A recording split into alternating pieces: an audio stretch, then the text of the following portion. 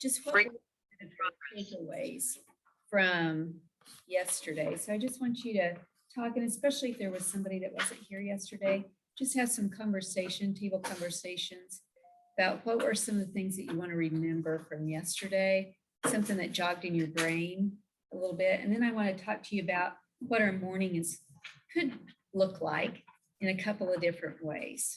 All right.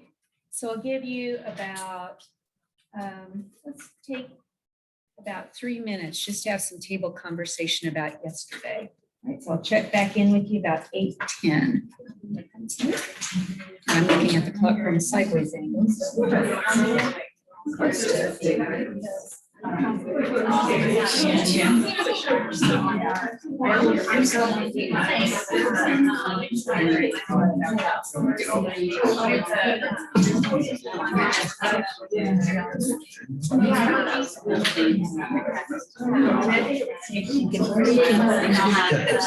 Actually, I didn't know if any of them were on there and just record. I'm just going to record this one. Okay. I forgot that they'll probably be doing that. This is everybody who was on there. And what's Stephanie's name? She was the second grade teacher. She did a video on her.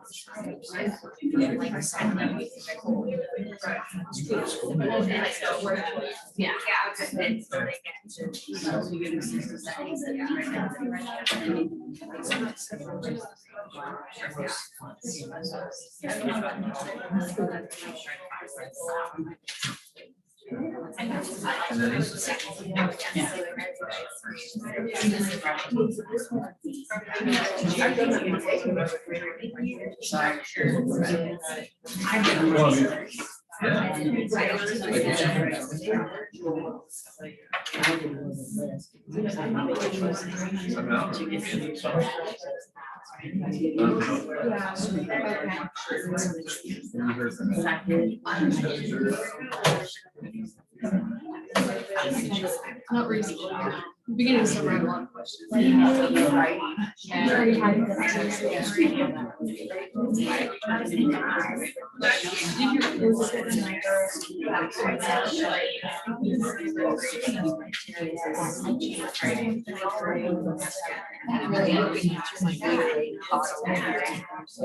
got to thinking I might have left that here. In my trash. This is where I'm.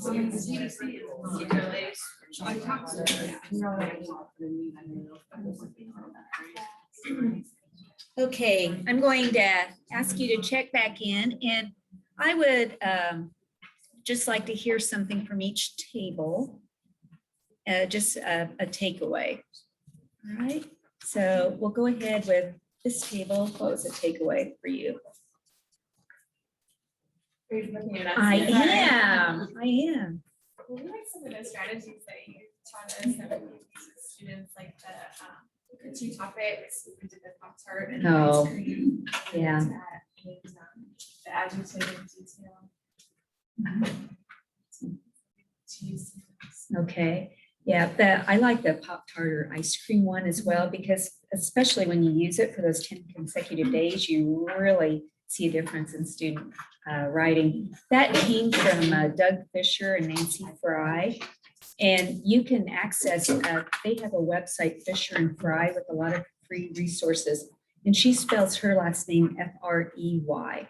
So if you just Google that, they do a lot of different trainings, but I was fortunate to attend a couple of theirs, and so that's something you might check out. So Fisher and Fry. Okay. Yeah. All right. Thank you guys for sharing, and then I'll just go ahead. I think our biggest takeaway was the need for vertical teaming, being able to know what kindergarten does and their expectation for end of the year, and then what second grade expects at the beginning of their year, to kind of gauge where we need to be at, because we expect them to come in and write 4 sentences first quarter. That's their first quarter writing assessment. Well, is that way too much from what they did in kindergarten? Or I just think a lot of vertical teaming needs to happen. And on top of that as well, just being able to talk to other districts about, like, what does your first grade curriculum look like? What do you expect first quarter, second quarter, beginning of year, end of year? Because I'm the one that's on the team the longest, and I've just been doing what we've been doing for the last 12 years. And so things probably need to change, but you don't know until you know. Well, You and have you're those willing to conversations. grow. You know, Yeah. that's the important part right there. You're willing to grow and you're willing to listen and learn. So that's what's really important. I totally agree with you about the vertical teaming, knowing, you know, where they're coming from and where they need to go, you know, and what you're preparing them for. That's something that on the state assessment, it was really interesting, some of the things that they noted on there as far as needs. And what really came out of that conversation too was what you just said about the vertical teaming, you know, having that communication and collaboration. So yeah, good point. Thank you. All right, in our back table. We talked about the compass. We like to Oh, learn compass points. for a few different reasons, yeah, but we even talked about like a conference time. Sit down with the kiddos, like we'll do like little goal study sheets and kind of reflection sheets before conferences and meeting with the parents. And we said like, talk about like the compass points with the kiddos and then it'd be the talking point with the parents. So we can talk about their goals. Oh, yeah. What they need help with. I hadn't thought about it that way. That's something I might steal and share with some other schools. That's interesting. All right, thank you, guys. All right, and then Beth and Megan. Yeah, we kind of agreed, like remembering to use some of the different strategies just to spice things up a little bit. But we also agree with the vertical teaming that needs to happen. And then we feel like we do a lot of the 6th trait within like mini lessons within our writing, but then taking a look at our rubrics to make sure, you know, maybe we have those in place in the rubrics too. And making sure that it reflects that language. I think that's the big part there. And I know Megan has been through a different kind of training with me before around 6 traits, but one of the things, and something Megan said yesterday came back to me this morning about when you're talking about narrative and opinion, expository writing, you know, you're teaching that, and that's in your handout. You see where the traits fit in to the writing process. That's in, and sorry, I did not go through this very well with you yesterday, but I wanted to kind of save it a little bit more for today. But on page 6 and 7, and I think it goes, yeah, 6 and 7, it shows where the traits fit in. So when Megan was talking about, you know, you teach them to do narrative writing and so on, you can still use, remember the traits are not a program. It's a language. It's almost like a philosophy, if you will. You can use that language when you're teaching narrative writing or opinion writing and so on. So thanks for jogging my brain. But I do like I like this, the graphic on the page 7 that shows how the traits fit in. I just think that's really helpful. You know, sometimes we get lost because there's so many different things and we start to layer rather than seeing how things integrate. All right. And so I'll just make you part of this table. Yeah. I won't make you just share a room unless you want I to. mean, I'm middle school, but it's good for me to know what's going on at the 4th grade level to bring into the 5th grade, but I'm also social studies. I'm not technically Mhm. ELA. And so I think my biggest takeaway was I wanted to learn like the common language, the verbiage, that way I could support what was going on in the ComWorks classes. Thank you. This Yes. is social studies. I mean, I do a lot of writing, But it looks a little bit yeah, different it's a little in bit your different, world. but a lot of the strategies we talked about, like the picture. I mean, I do some of that already, but I never thought about making a writing piece with the picture. Mhm. So, Yeah. Yeah. Yeah, it just looks a little bit different in your world. Remind me, I need to share something with you later that won't impact any of you, but might be beneficial for you. All right, and then I'm going to go back to Jamie and her group too. Did you guys have anything to add? Yeah, so we talked about the pictures to kind of formulate some dialogue beforehand. We also talked about how it was just a good refresher how important the success criteria is at each level. Like that little girl, Sarah, she could identify each level. And it's something that you just don't always think to do every time. But it's a good reminder that how important it is. I agree. We're going to watch another example today of what that might look like. And that too reminded me of Jamie's question yesterday about paragraphs. Can you use the continuum, or how does that look? Do you have to switch that out all the time? And what I think I would probably do is just have some, like with Sarah yesterday, I don't know if you noticed, but a lot of what she was talking about with good writing was around conventions. You know, she was talking about the spacing. She was talking about writing letters neatly, you know, that type of thing. And so I think there are times when you can use the continuum for different purposes. It's going to depend on the samples that you have selected. If I was teaching like paragraphs, I would probably show, or first of all, ask the students, what makes a good paragraph? I just probably chart it, you know, put a chart paper and just ask them, okay, so tell me what do you think makes a good paragraph? I would just get that out and see. Then I would give them samples of paragraphs, different paragraphs to look at. What grade are you guys again? Second? Yeah, I think they could still do that. I would give them just some different examples. That's again where the mentor text comes in handy. So give them some different paragraphs, ask them to look at that and see what they notice. And then I'd ask them to add to the chart. What are some other things? You might have to kind of coach and guide occasionally, but I would almost create my own anchor chart, if you will, or you could like a rubric or whatever you want about what makes a good paragraph. Then I would give them samples or let them look at the continuum to say, you know, what does a good paragraph look like? Let them go ahead, look at their, if you have a writing portfolio where they save their writing, I would have them look and see where do they think it fits, what makes their paragraph, you know, fit like a, however big your continuum is. And Sarah, they had a 10-step. It does not have to be 10. That's just the number that teacher chose. It can be whatever you want, but just see where do they feel that they fit, you know, have them have conversation about it. But I really think I would go over that with them and let them look at samples and see what they note. There was I know a lot of people do like daily oral language. I was talking to somebody about this yesterday. Oh, Beth, okay, thanks. And one of the things that I read in some recent research was daily oral language has kids look for mistakes instead of seeing exemplars. And they said you should put up a exemplar statement or sentence and have kids look at what's right, find out what was working correctly, and then look at their own writing to see, you know, does mine look like this? You know, what have they done right? I thought that was kind of interesting. So just some other food for thought. I don't know if that helps clarify anything, Jamie, but that's what I would probably do, is just go over it with them and let them look at examples.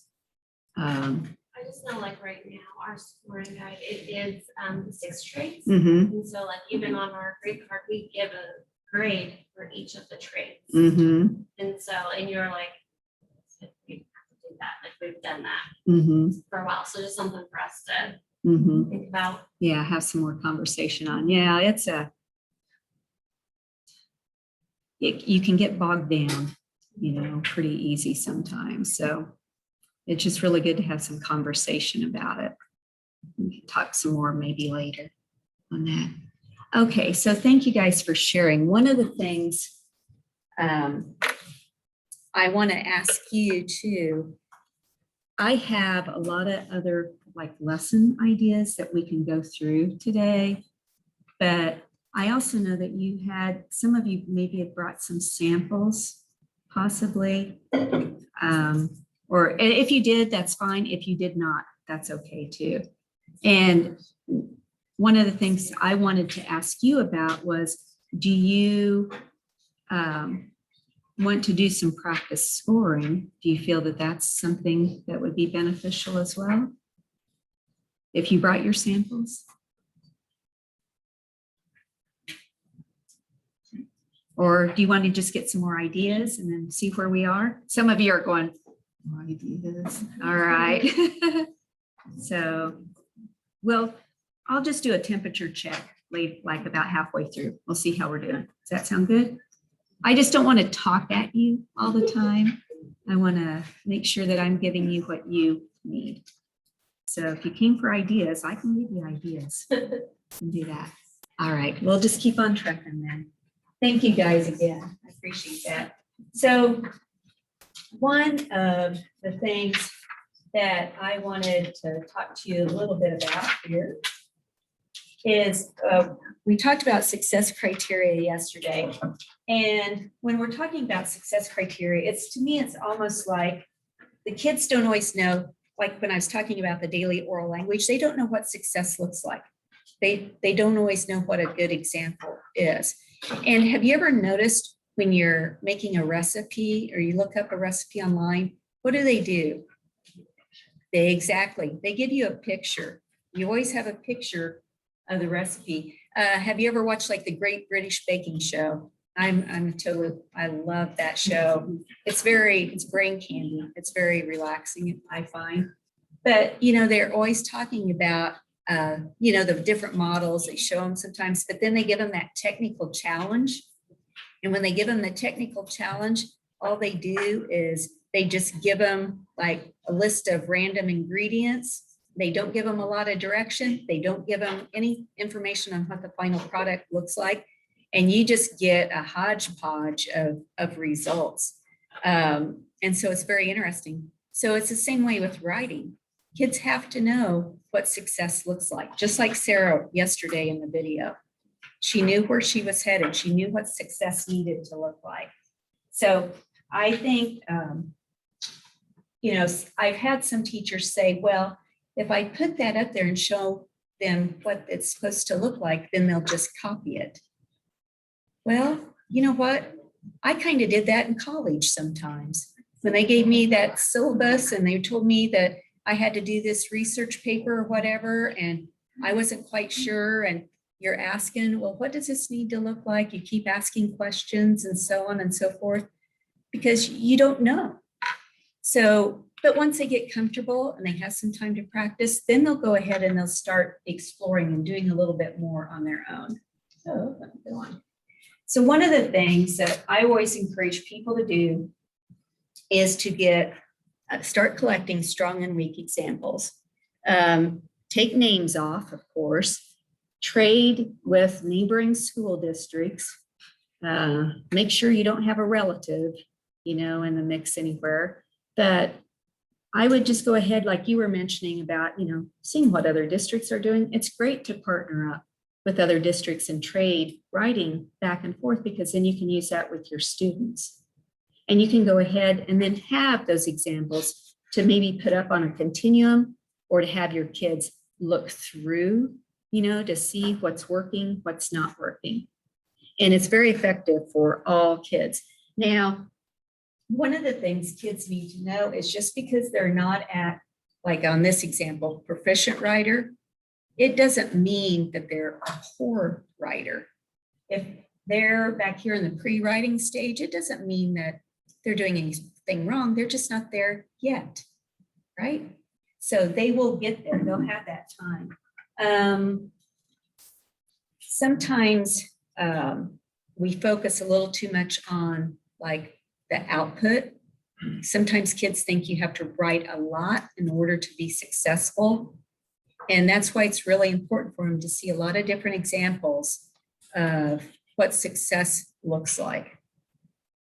There will be sometimes you might use the continuum. There might be sometimes when you're just having kids look at a lot of different samples and various examples of what can be considered strong writing. So let's see, I want to make sure. Oh, one thing that I put in here, I always think about it like when you're coaching a sport, the game is basically the outcome, right? That's your goal. You want to be successful. But before that game ever happens, there's a lot of coaching that takes place. And if a player can't hit their free throws, they start shooting, what happens? Does a coach just say, well, too bad for you? No, what do they go in and do? They show them how to, I am so not a sports person.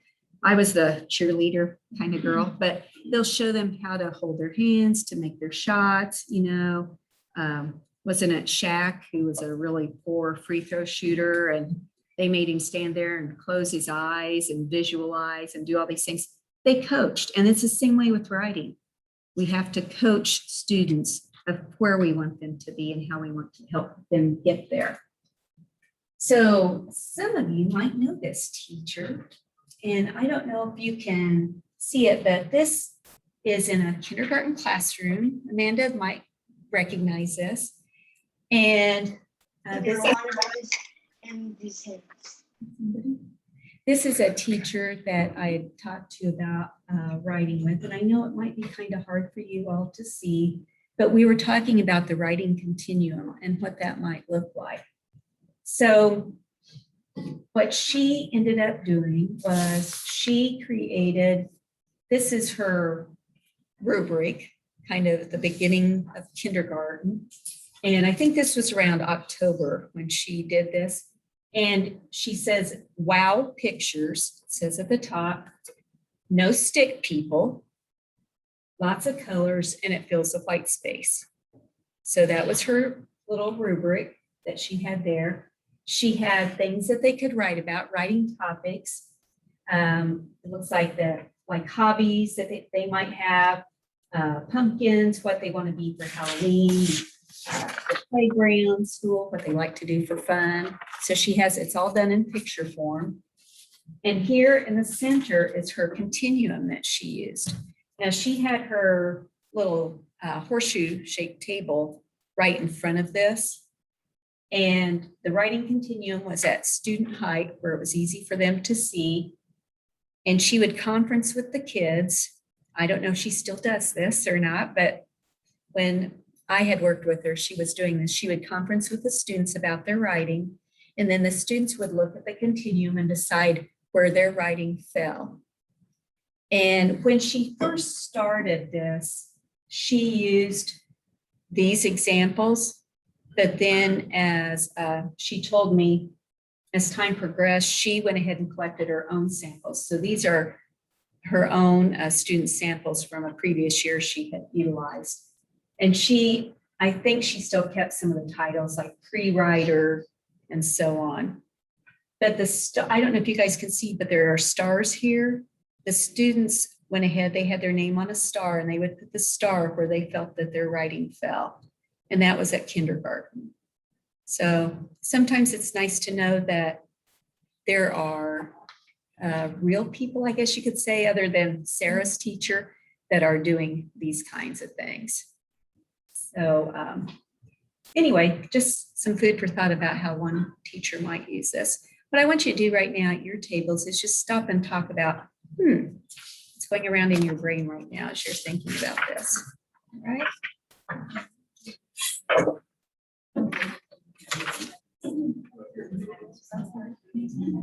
There's a little bit bigger picture for you.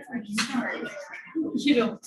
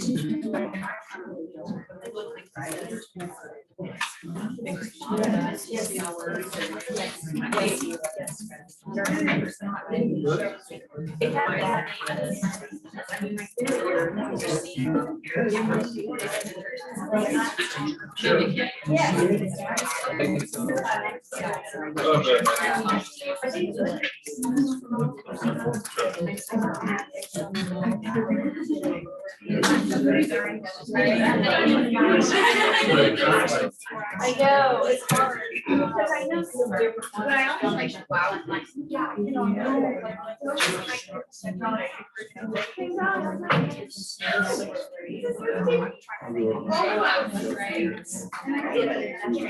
yeah, it's just kind of nice.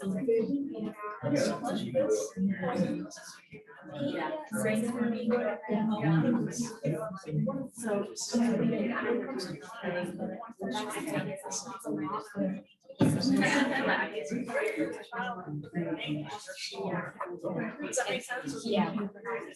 You know what? That's how pressure. And so you go ahead and do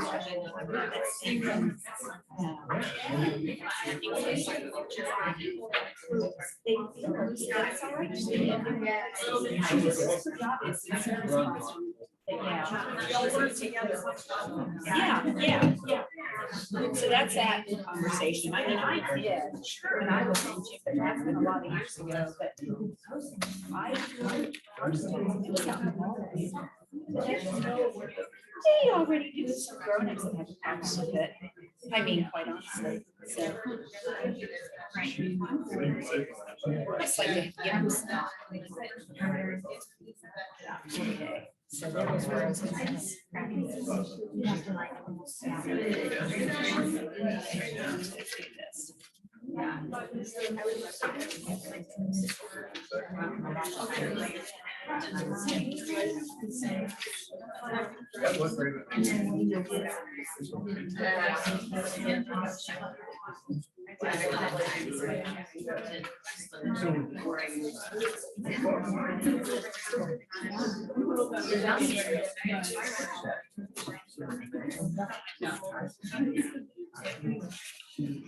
Okay, so I'm going to ask you to come back here a little bit. So one of the things I did, you can see this one a little bit better as to how Angie set up her room. And by the way, I had her permission to share this. I didn't just steal it, and go out and do whatever. But any thoughts as you're looking at this? Thoughts about what was just shared? And Kim had a good question over here. You want to go ahead and Sure. put out? I was just, when Patty asked us, okay, what's the first thing that comes to your mind? In my mind, going through assessment capable learner, one of the questions that I think we have as teachers is the little stars represent where the kiddos are. And is that okay for us to have a student identify themselves as, only lower on the continuum? And what does that do to their self-esteem and all of that? I wonder if anyone, thinks that way. But yet I also think to ourselves, kiddos know where their peers are. Kiddos know, and that's when Patty was just mentioning, it's kind of the culture in your room. Is it a safe place to take risks? But that was my first thought, but. And it might just be for like that day when she's meeting. Right. I mean, she may not leave them up all the time. I don't know. I think she did have them, and when she conferenced with them, and she would go ahead and move them. But the whole thing with the continuum is there's always room to grow. And so when you think about this, it's not necessarily, I always think back about the kids that were strong readers or whatever. Kids know who the strong readers are. They know who the kid that knows all the multiplication facts are. They know, it's the grownups that have problems typically with it. And,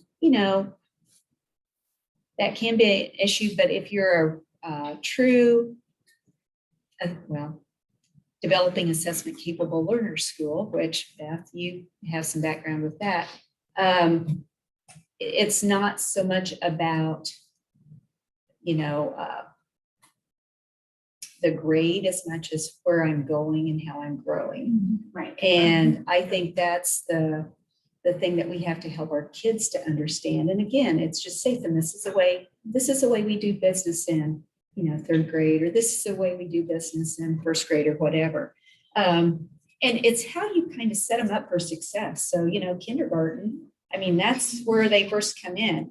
Most of your kids come in thinking that they're going to be readers, they're going to be writers, and they're going to be math students. They think, hey, they're psyched for school.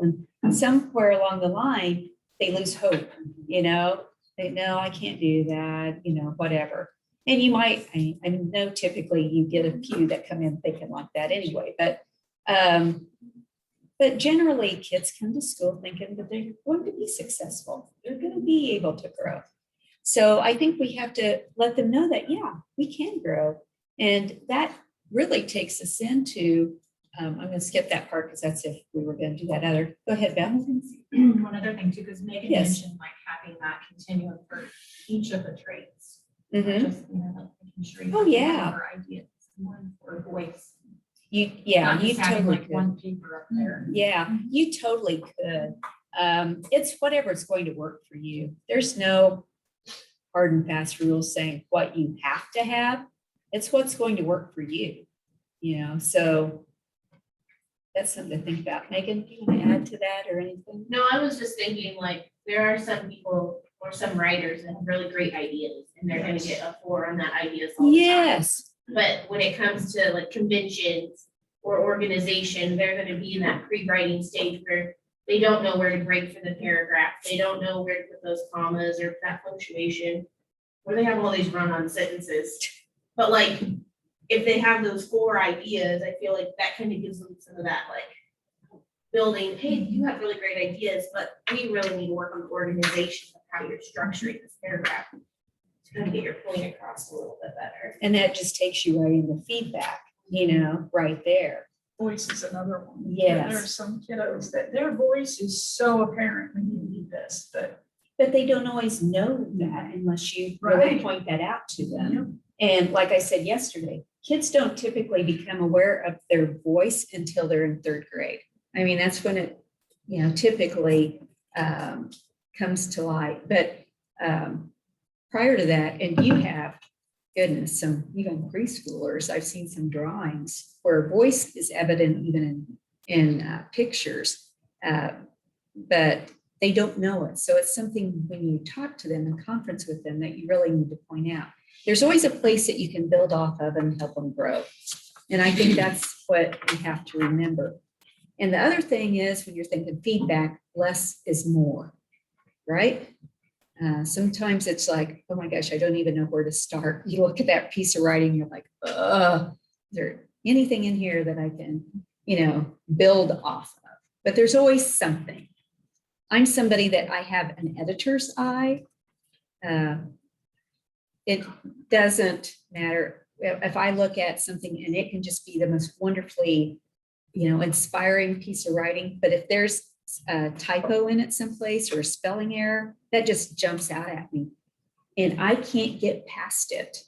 And so what you need to do with that is just go ahead and score it for conventions first. Just get that out of the way, because otherwise you're not going to be able to score it for anything else. So I'm jumping way ahead of myself, but that's just one of my things that For the feedback, we did dabble with other curriculum, and one part that I did like was that they had a partner for the whole quarter and they gave each other feedback. Oh, From there, of course, it's not a teacher, but that That's- gives them the chance to have somebody really read theirs yes. and comment on it, and things like that. Yes, and that's great. I mean, Because it That's it what is, you it want is a them to time, do. it is a time management thing that is, it's very hard for even me to get Mhm. everybody the feedback that they want, mhm. or that I want to give them. It's just Well, and that takes, I'm going hard. totally It's very off hard. my, I'm just not even paying attention to this right now. But when you are doing that, one of the things I would consider, do you guys do like electronic feedback at all? Do you do, do your students do any writing or anything like in Google Docs or? Yes, like for Okay, their if you do final. that, yeah. So that's something that now I know that's not going to work maybe for every grade level in here, but that is something that you might want to consider a little bit. One teacher let's see, I think she taught fifth grade, fourth or fifth. I can't remember. She's from Chillicothe. What she did was she did verbal feedback. She recorded it. And then when she was conferencing or meeting with small groups, she had stations set up in her room where the kids could get into Google and they could listen to the recorded feedback. And I just thought that was, somebody in Teacher Academy did it as a research project. And I just thought that was really powerful because they could hear, she could just talk through it. And she said the students responded really well. So, I think they would respond better to that than what we would talk well, about. I really think. I just thought that was interesting. So I've always tried to share that, you know, you could set up like even electronic portfolios. They just get into theirs. Somebody else did, when they were doing electronic portfolios, the students did read their writing and they recorded them at different periods throughout the year. So the kids could listen to see how they had grown as writers and as readers, which was something else was kind of neat. For like the primary grades, for like K-1, I would probably, there's an app called, and Amanda knows, Chatterpix. Do you remember that? I don't know. It's been a while since I shared that, but there's an app that you can download. I want to say it's like through DuckDuckGoose or something as the site, but it's called Chatterpix. And what the kids can do, and this is a lot of fun for your primary level kids, it's where the kids can go ahead, you can take a photo of something. So let's say how I've used it is I had them make a snowman, and then you can draw, like just with your finger on your phone, you can draw a line to make this for where the snowman's mouth is. Then the kids record themselves reading their writing about the snowman, and the snowman talks. So you can see the snowman, like it's the kid's voice, but it's coming out of a little snowman. And it's chatter, like, you know, talking chatter, and then PIX. So it's very cute. I've used it with preschool. Yeah. I did it in my first year in kindergarten. Melissa Rolfman was our. Oh, yes. They do it with their summer writing. Yes. Their little sunglasses and their summer so bright. Or the other things. So if anyone wants to, Melissa knows how to, it's so cute. Oh, yeah. Yes, take advantage of those experts in your district. It's great. So just something that I wanted to share there a little bit with you. So as we going back here, as I kind of totally random go off base, but the feedback component is huge. It's a big piece of where we're going next. So what I want to do with this is I want to share a video here. So give me a little time. And this is a first grade classroom, and it's a teacher from Jefferson City. And you'll see how she is using different writing samples with her first graders, how she's introducing this, and then having them look at their writing continuum that they have in their classroom. So, we need to do that here. And this is actually from an assessment capable learner book by Jan Chapuis.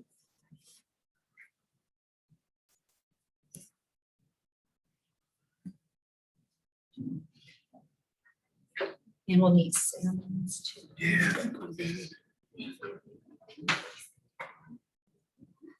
I really enjoy having my children look at strong and weak work, and they have a lot of fun using this too. One of the things that they like to do is look at that weak work and really pick it apart. They have a fun time with that, and usually by the end, they've made it better than maybe even I could sometimes. It also gives them a chance to look at the strong work and see what they're shooting for, their target, where they need to strive to be a good writer or a good reader. Remember when we used the writing scale and we came up with all of the things that this person must have done to do this writing? Do you remember that? Give me a thumbs up. Do you remember that? And we put them all in order, and then we decided what they did each time to make it a little bit better and a little bit better. What grade do you think this kind of scribbling is in? What grade? Or maybe not even a grade. What do you think? What do you think, Bobby? Maybe preschool. There's not, I can't even tell what the picture is and I don't see any words. But it gets better and it gets better. And we talked about that. Do you remember when we talked about that? And this up here, tell me about this. Who can tell me? Real loud and clear, Evan. Tell me about this.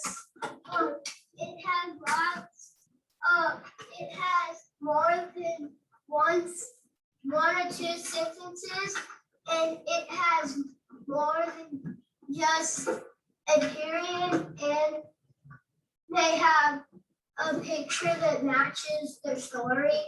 So if you were really trying to be the best writer you could be, which one would you want your writing to be like? Which one? What do you think, Sandra? Which one? The seventh one, second grade more. Before I have you work with your partners, we're going to look at some writing and we're going to decide where we think it is on the writing scale. And you're going to be talking to each other to figure it out because I'm not going to tell you where I think it should go. He is nice to me. I like Gavin the hamster. I really love him. The end. Okay. Now I noticed some things when I first read this that are really, really great. Who can tell me what they notice about this writing? It's just spectacular. What do you notice, Carter? It had periods. It did. You know what? I'd like you to talk to the person across the desk about what you noticed about this writing that's really great. What did you notice that's really great? It has spaces. It has spaces. It has rainbow. And Sandra, what did you notice about that writing up there? it has periods, spaces, matches the writing, and labels. Oh, they even labeled, didn't they? That's great. Do you remember when we talked about nonfiction and labeling? I think maybe they remember that, don't you? Now, we looked at this piece of writing just for a second, and we thought about the things that were really great that they did with this story. I need two people to share something they noticed. Now, we've already said we see periods and spaces. Caitlin, tell me what you said. And they sounded out letters. They sounded out words. What word did you see that you thought, wow? Hamstone. That's a hard one to write, isn't it? And I bet they did sound that out. Good job. What else did you notice that was really great about this writing? Emily? That there is pictures that match the words. Pictures that match the words. Jonathan, what's another thing you noticed? That it has a lot of details. Oh, that's a great thought. Yes, you're right. It does have a lot of details. Now, think in your head, if you were the teacher and you had to give this writing a score from 1, which would just be pictures, all the way up to ready for second grade, I want you to think about which one it would be, but you also have to tell me something important. And the thing you have to tell me is why. Why would it be that number? Okay, so think about it for a minute. Turn and talk to the person across from you or beside you about which number and why. I think it should be. I would take it 4. I would take 7. I would take 7. Jay, how do you think? I would take 7. What do you think, Jay? I would take 6. Why do you think it's 7? You think it's 7? I think Why? 7. Tell me why. Because it has a lot of details and periods. Period.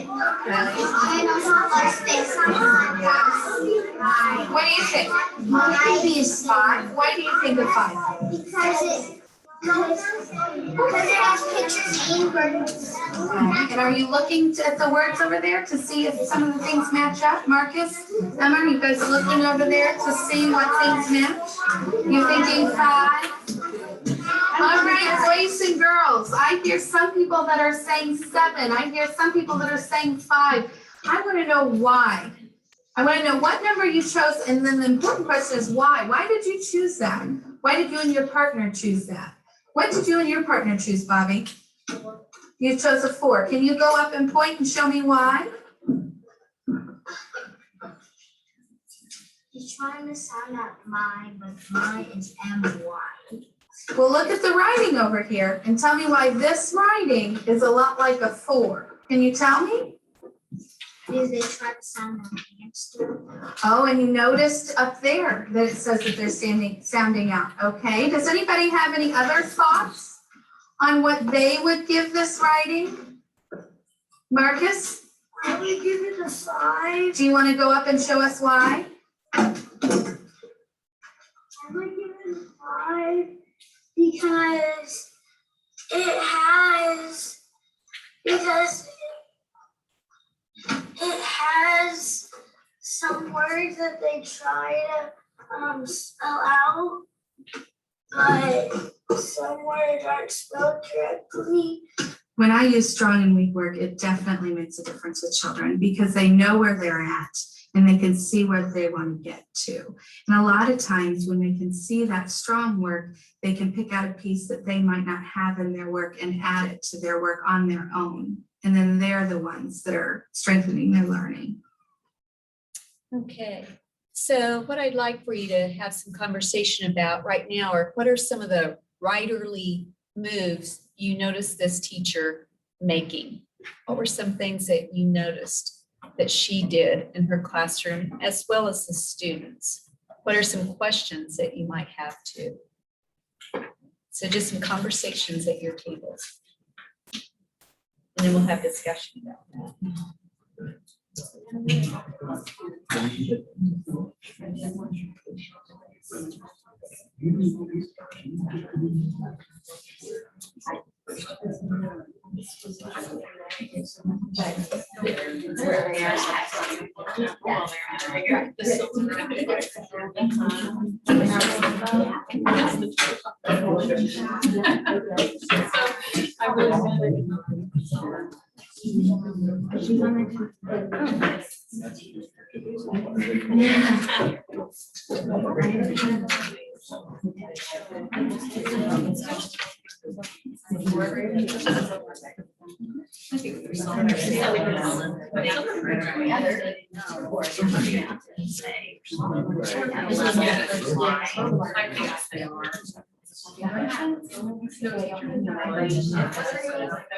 I would agree.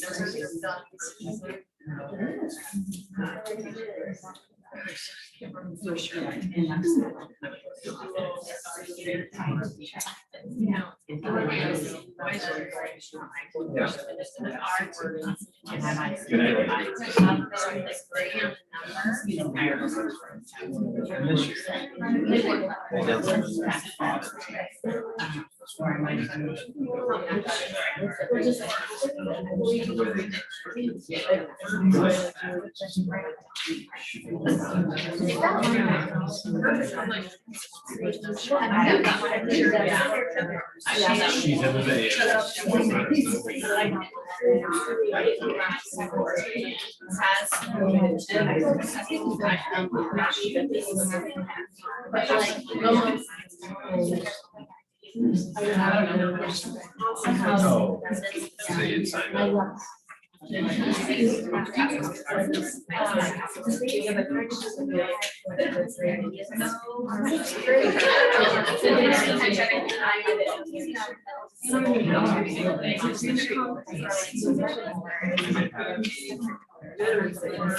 Some of those things.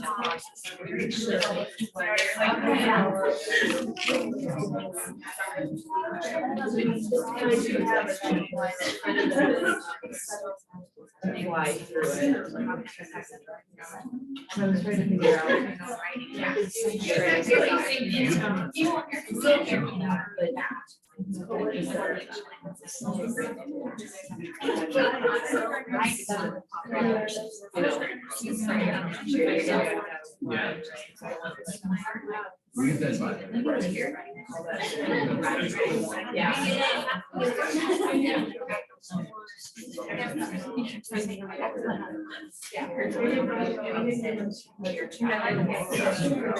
to price this out.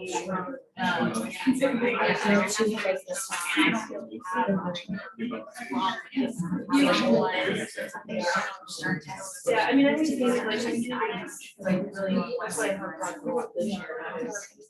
Okay, I'm going to ask you to end your, wrap up your conversations. And we'll get, just have some comments. Any food for thought, any wonderings, any ahas? Need a little bit more time?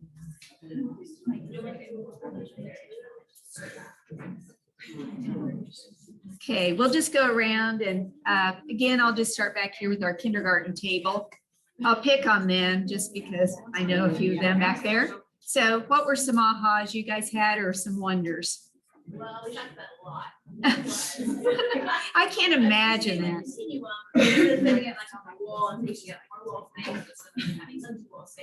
Something they can have their own right.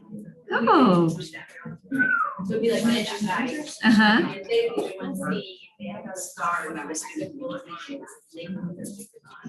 Oh, yeah.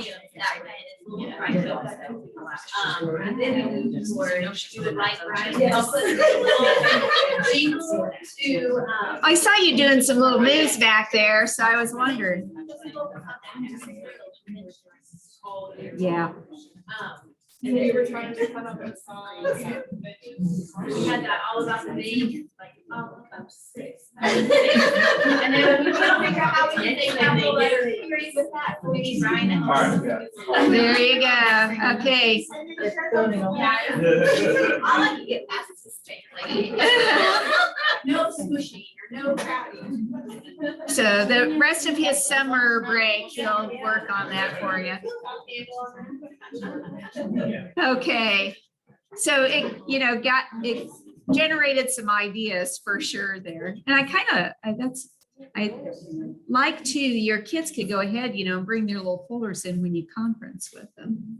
And conventions are cute. I mean, they have to be taught somewhere. You can't ever assume that kids retain them.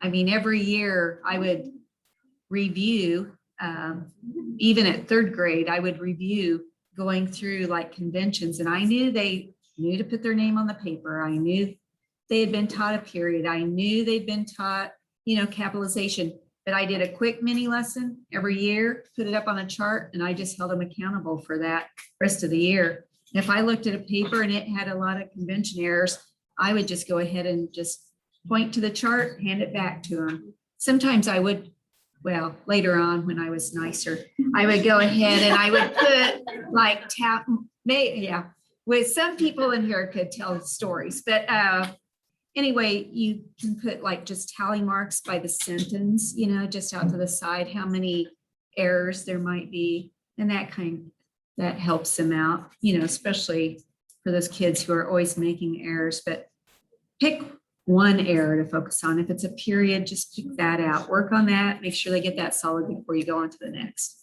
All right, thank you for sharing back there. Let's go, any ahas or anything to share there? We didn't write a song. You didn't write a song, okay, that's all right.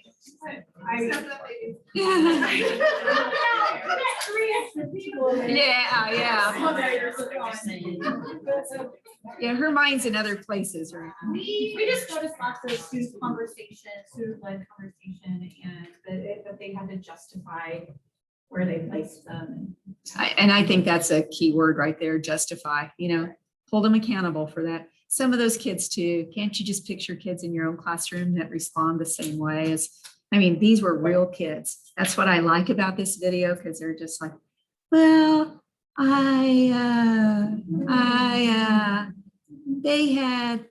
they sounded out hamster, you know, they're just picking up, but that's what they're going to do at first. That's just the reality of it.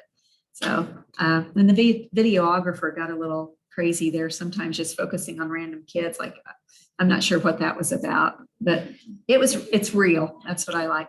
All right, so our next table, do you guys have any ahas? One thing that we had talked about was like how far do you go up the continuum? So if she was first grade, was Mm. that like what's expected at the beginning of second grade? Like. Yeah, she had at the very beginning of second One grade thing we was the thought, if this expectation. is something that we talked to parents about, that's what they're Mhm. gonna hang up on, like, we don't know what you think that your child is like writing as a third grader. Yeah, Maybe that's just that one piece, you know? yeah.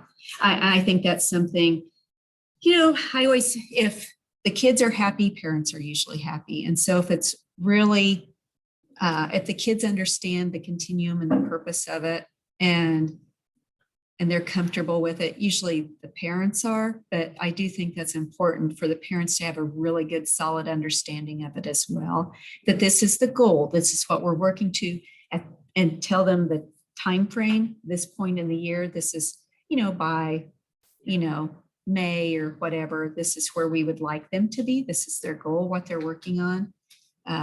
That's again where, like kindergarten was talking about the kids having their own little individual, folders. That might be something too that you could share at conference time with the parents. You'd have your writing in there. You could see how kids could grow. One thing I did like just writing journals in response to what students had read.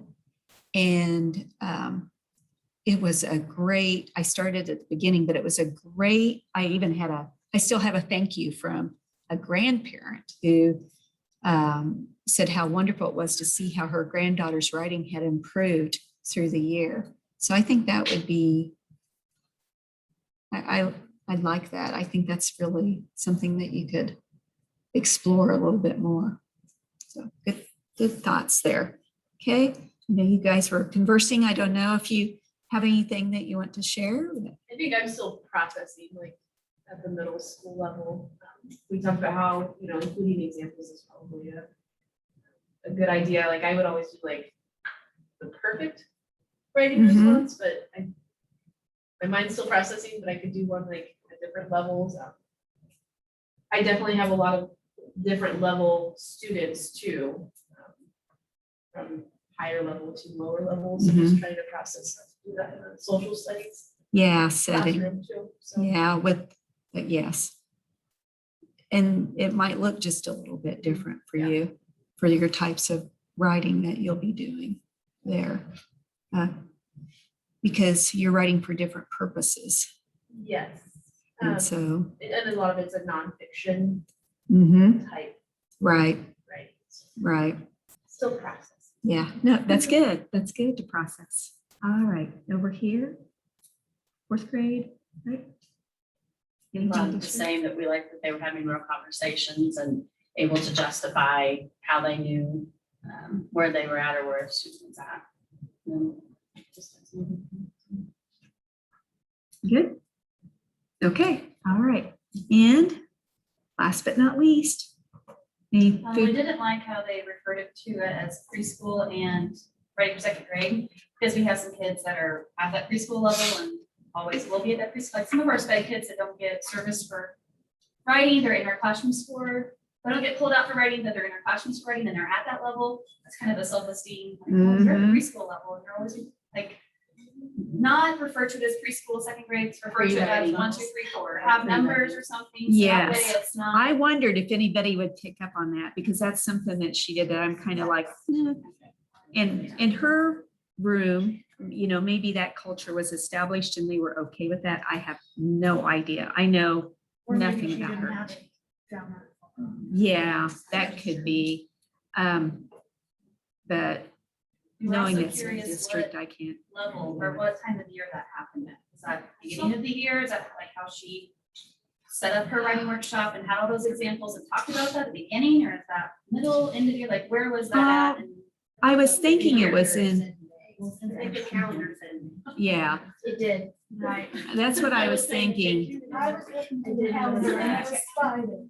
But I also thought that dog had Christmas lights on it, That's what I thought. so I was a little confused, but it definitely counts as a thing. It did. And what grade are you guys? in? First grade. Yeah, I would probably, with you, maybe start in October, maybe just introducing some of that. when they first come to you in first grade, they're still kindergartners and getting used to things, and especially starting out. Yeah, I definitely wait till October to start anything like that. Let me think on that a little bit more. Just thinking, typically that's when I started anything that was a little bit newer, because I found it took them about that amount of time. Yeah, really. Well, I think they get start established. getting all these rules and have to do this, you have to do that first quarter, then you crushed and shut down Well, that yeah. risk taking, that comfort that they have. You really have to, it's going to be more like K2. I think you guys got this rubric yesterday, some of you, I hope, picked this up. And when you look at this, it just, the writing samples and everything just even look a little bit different. But this is something, I like that they have the pictures on there. And this is something, again, I would probably just be sharing good mentor text and things with them, and using the language with them prior to October, talking the talk. But really, when you start walking the walk, to introduce some of this other piece to them, I'd wait. Even like Angie, like her classroom, when she started it in kindergarten, it was, oh gosh, it was late fall, early second semester, and that was in kindergarten. So that's what I would do. Sometimes you have to start slow to go fast later on, right? Okay. Any other comments or thoughts? All right, that's going to take us into just thinking about what you mentioned about the labeling and what you noticed. And there are really 5 stages of writing development when you're looking at this. So your kids, like you mentioned, are going to be at all different levels because, you're real teachers in a real school, and that's just how things are. So the first stage that you're going to see typically displayed is pre-alphabetic. So when you're thinking about this is probably what you'll see more at pre-K in your early childhood center. Scribbling 2 to 3 years, that's very common. Then they start trying to do the pretend letters. Those of you that have children of your own, you know how they say they're writing and they make those little pretend letters, and then they'll, or you'll say, oh, what does this say? And they'll give you something. So that's 3 to 4. And then they do random letter strings. And sometimes they'll have a few letters in there from their name. That's 4 to 5. Now, I know some of you who have worked in the preschool setting, you've seen that type of writing before, but you might also have some of this where they're starting to get those sounds. That's semi-phonetic writing. They know some of the letter sounds. They're maybe starting to play with them just a little bit, but they're still not really solid. So those of you that are kindergarten, first grade, this is pretty common. Second grade, you may see some of this too, especially with some of your struggling students. If they are a special needs student, you might have a little bit more of this. Then you're going to have the phonetic. This is what you normally see, kindergarten and first grade. There you have, like yesterday, you were talking about, hey, we're working on them to recognize their letters and know their sounds and everything. This is where they're getting solid in that. They'll maybe leave out a few letters. Do you guys still do pathways to reading? Okay. Anything along that line, though, like really great reading or pathways or whatever, they're focused a lot on going from that phonemic awareness to phonics piece. You'll see this reflected in sometimes in their reading as well as their writing. And it's kind of nice because you can use their writing to determine reading needs as well, where kids might, is it a phonemic awareness issue or is it a phonics issue? I know I'm totally going off of sixth grade training right now, but it's, I think, kind of important to know where kids are and what writing needs they might have. Your stage 4 is the transitional writing. This is where they have the phonics pretty much down in a typical student. They, and I know that's a little tough to see, they've got most of the sounds. They might still be messing up a little bit on some of the blends, you know, digraphs, that type of thing. And then in the later grades, you're going to see this conventional type of writing.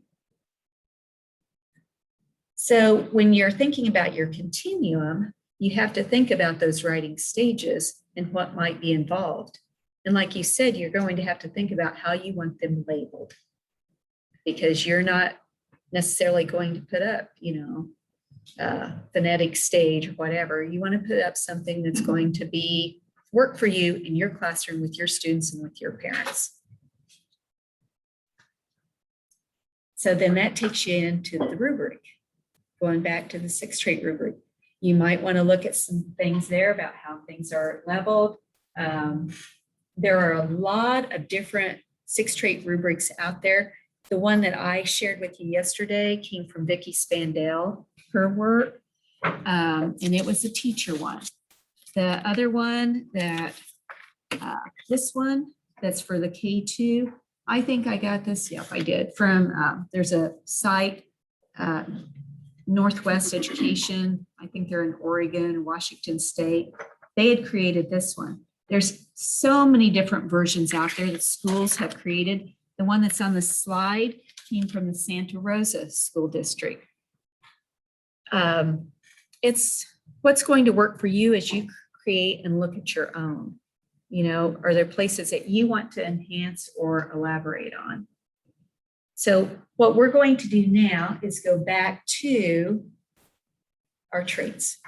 All right, get back into some of those lesson ideas that you can utilize. My thinking is right now, start about 8. Let's take a break before we get into this. And then I can have a little bit more time with you as we go through, because we stop at 11, right? Yeah. Okay, so let's go ahead and take about a 10-minute break now. So you guys come back about 9:24. Does that work? All right, so we'll take a quick break. How are you? Good, how are you? Sorry, wasn't here. Oh, you're I was taking care of sick grandbaby. Oh, fun to be with grandbabies, but not when they're sick. I know. Or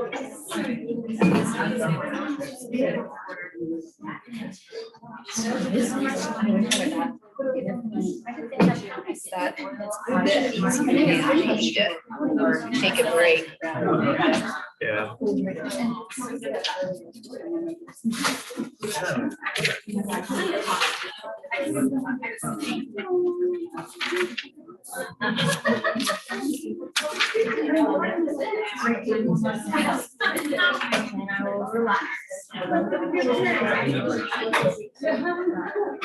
Right.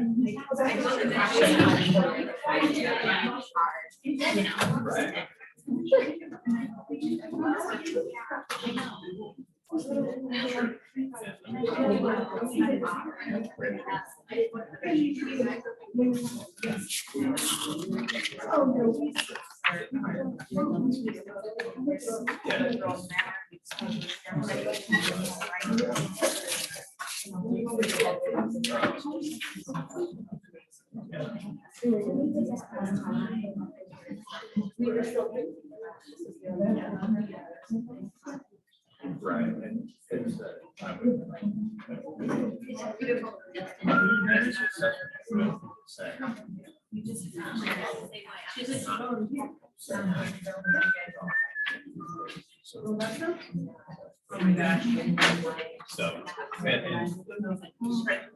she's good. They will. It is cheaper. It's colored. Really good writing out there. Correct. I love doing Hunger Games. In this library. I'm not afraid to also be cooking.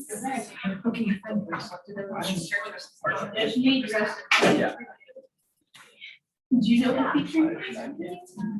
Oh, then you really won't find this musical. We need to bring her. Okay.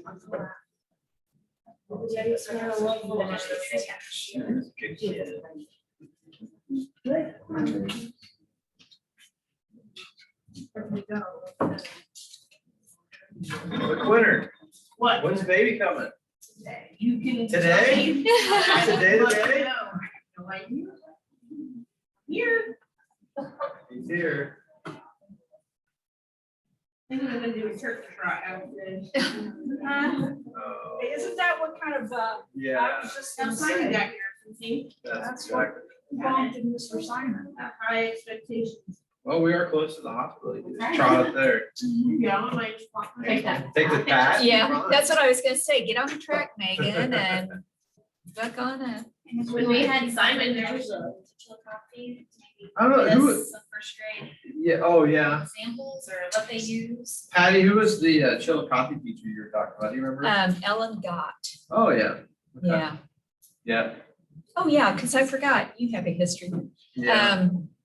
Yeah, Ellen did it, gosh, it's been a few years ago, but I just thought, oh, it just made so much sense. I used to have a video, I don't know if I still have it, of her presenting that and how she shared that with the kids. It was really, and I don't always remember to share that with some people, but there have been some teachers I know that contacted her in the Okay. past, several years ago, but I don't know if she's still doing it. I just Sure. thought it made so much sense. Yeah. And she was in teacher academy too? Yeah, she was there. Had you worked with did you go over there and work with the district at all in sixth grades? No, I Okay. did with them, I think I was, back when DCI was CW or whatever the Mhm. acronym was prior to that. Yep. I'd worked with, was it Melanie, Mhm. principal? Yeah. Yep. I'd worked with that building, Okay. and that's how I got to know some of those teachers. We're perfect, aren't But they? yeah, she was, You're so kind. Ellen, They have their periods. It just- where they need to be She's in the just, house. yeah, it just really made so much sense to me when Yeah. she did that. And it was like, oh my gosh, that's so easy that she Some had. do. She had a And they're. a video in her presentation of her with her headphones on, giving the feedback. Right. So. So I'll reach out to her. or not. Yeah, When they get home here, I So I have it, second grade level. Planning? All the way to. Yeah, that's what it is. Second grade. So do I. Yeah. That's, I mean, that's what, it's. Trying to find that balance Mhm. in the school settings. Right.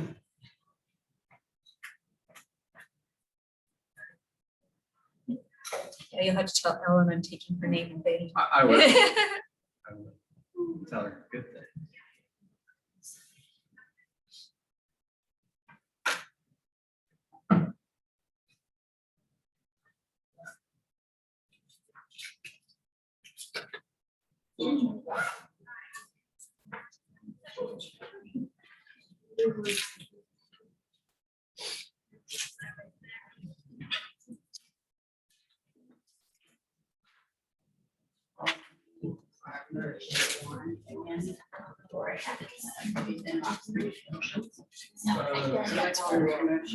Hey, Brian.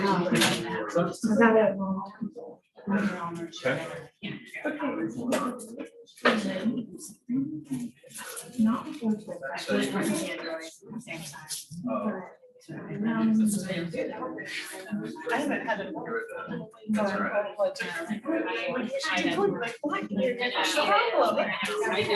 Because you didn't have.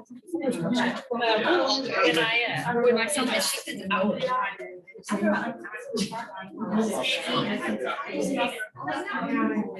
is the color.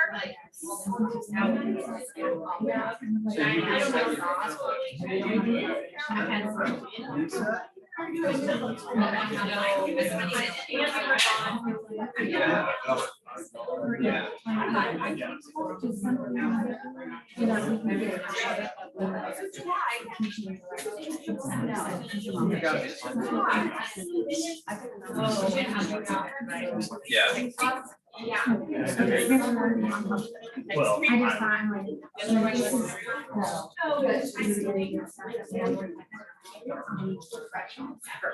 But like,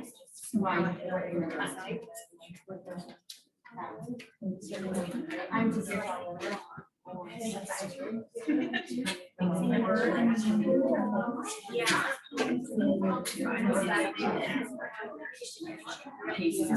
Right.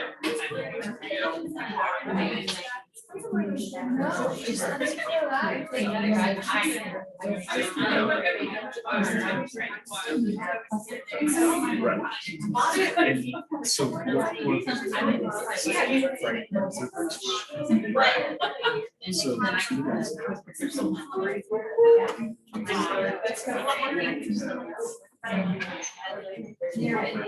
right. So you guys. Yeah. So. Yeah.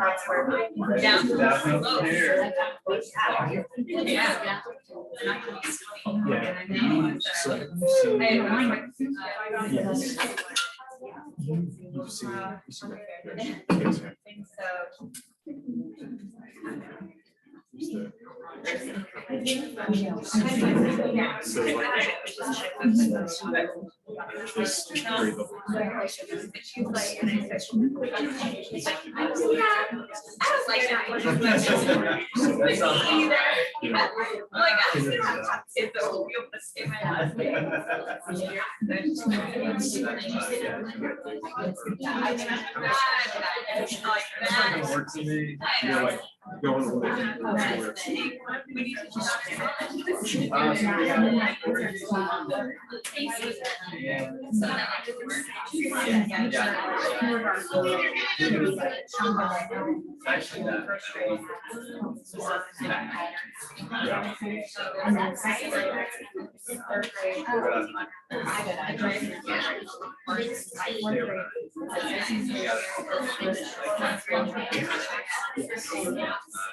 I think it was.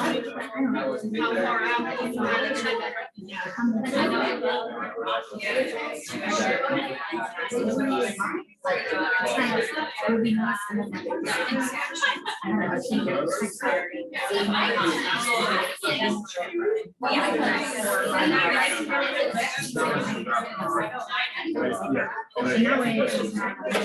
Yeah, it's actually.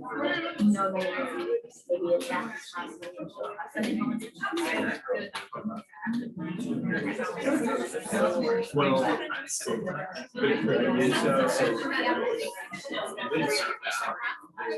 they like improvement.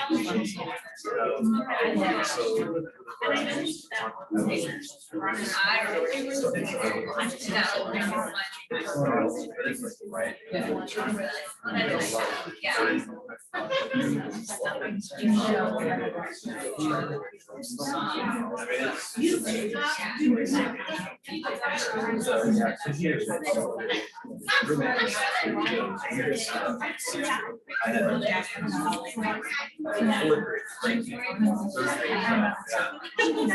Okay.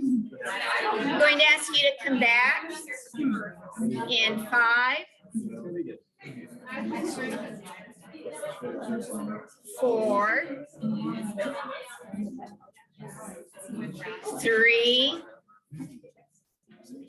2, and 1. I hate to interrupt your conversations, but because I know you're wanting to catch up with each other, because you don't always get to see each other all the time. So what we're going to do is we're going to just revisit ideas and see what all's involved in your handout. A couple of things I wanted to point out. I pointed out the writing process, but on page 4, there's also about teaching the traits in order for some of you that are new to the traits. You can see here how it's suggested the traits are taught. As I mentioned, you can still use the language of the traits, like for voice and so on in the primary grades, but just be aware it's a little hard sometimes for students to learn about voice in K1. Second grade, they're starting to pick up on a little bit. One thing to notice, conventions are taught throughout all of the traits. They're supported. So it's not like something, just because I very quickly went through it yesterday, at the end of the presentation doesn't mean it's the last thing that's done. It's always taught throughout and supported throughout. So as we go on, one thing I do want to point out is things do look a little bit differently in the primary grades. So I always include this slide for our kindergarten friends about what ideas might look like in kindergarten. And it might be true in first grade too. You're going to have some kids that are, still at that picture stage, or, just orally telling stories rather than writing them down. If they do write them down, you might not be more than, sometimes you get pretty good at reading those stories, that are hard to read, but sometimes you have to ask a student to say, tell me more, tell me about this. So you want to listen for the trait of ideas. You want to listen for those in their verbal stories as well as look for it in their artwork. So notice those kids who are observers, that notice those less than obvious details. Sometimes it's all about taking a different look at things, a different perspective, if you will, or a different approach. And then pictures that extend off the page. I didn't include this, but we had a student one year who had, he was writing a story, and he made like a little book, and on like a few pages, there was just like, it looked like a trail or something. It was wide, like a sidewalk. And so, tell me more about this. He's like, because he was writing about snakes. He's like, well, I'm writing about a boa constrictor, and they're way too big to fit on one page, so you kept turning, and there's the head, and everything. So I thought, I have a sample of that, but I didn't include that. So those pictures that extend off the page, that's a trait of ideas as well that's included. They're really thinking this process through and thinking about those details. So here's an example that I share frequently, and I've had other ones, but I just always like this one. And as you look at this one, think about the trait of ideas. This is by a 4-year-old. And what do you notice in here? Because remember, with the trait of ideas, we're thinking about those details. And if you need to step closer to see it, that's okay. But just look at it carefully. And just when you notice something, just popcorn it out. 8 legs on the spider. Yes, 8 legs on that spider. That's a good detail right there. So that's something you'd want to point out to the student. What else? What? It looks like the spider's in a web. Yeah, it has that right here. So it looks like it's webbed. And then that is feet. Usually squares are. You have the feet, the shape. Yeah, it has little toes down here on the back. What'd you say, Megan? And They maybe trace some shapes. Oh, they might have Okay, traced well, some shapes. Yeah, you have your pointed ears. There's a little bit of voice in this picture too. Yeah, with a smile on the back. It's a happy bat. Some of us aren't happy to see bats, but this bat was very happy. So when you're talking to this student and you wanted to give them feedback about the trait of ideas, what would you share with them?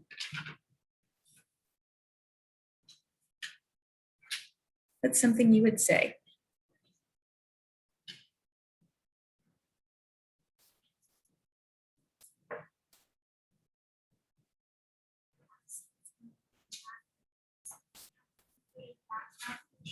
Right.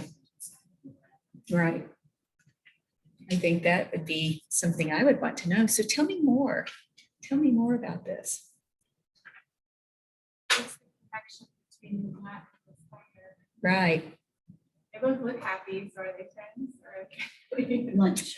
No, yeah, or is it lunch? The bat's happy, like, oh, I see a spider. And I don't know if you guys can see it, but the spider has multiple eyes up there too, which I thought that's a pretty good detail. So, if I was talking to this student, I would say, I noticed that you've added a lot of detail to your drawing. And that's something that writers do. They go ahead and they add details to their drawings when they're writing. So you had details, you added like the 3 toes. I'd point out a few of those things to them. What's something I might help them grow on? You always have a glow and grow. Maybe you want to have them use color. Maybe you want to have the tell me more. Yeah, huh? I said mine at the wrong. No, you're fine. That's exactly what you want to do. You want to go ahead and ask them, tell me more. What's that relationship between them? So those are the kind of things that when you look at it and you look at the drawing, just, thinking back to Angie's classroom, she said, no stick people, use, fill up the space on the page, use a lot of different color. That was her rubric, if you will, for drawings. That might be something that you want to think about as well, especially if you're going to be using drawings to help them build themselves as writers. But you also want to give them those writerly tips. You know what some writers do? Some writers go ahead and they, want to know more about what's going on in the story. So tell me more about what's happening with your spider and your bat. Having that little conference with them. Something else you can use are just visuals. And I have something here. We're going to just do a little quick activity. So first of all, I want you just to share with your friends at your table what you think this is.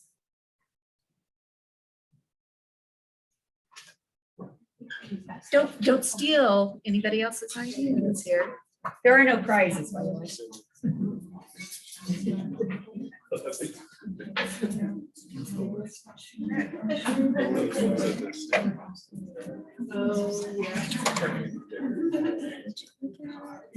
Is it metal?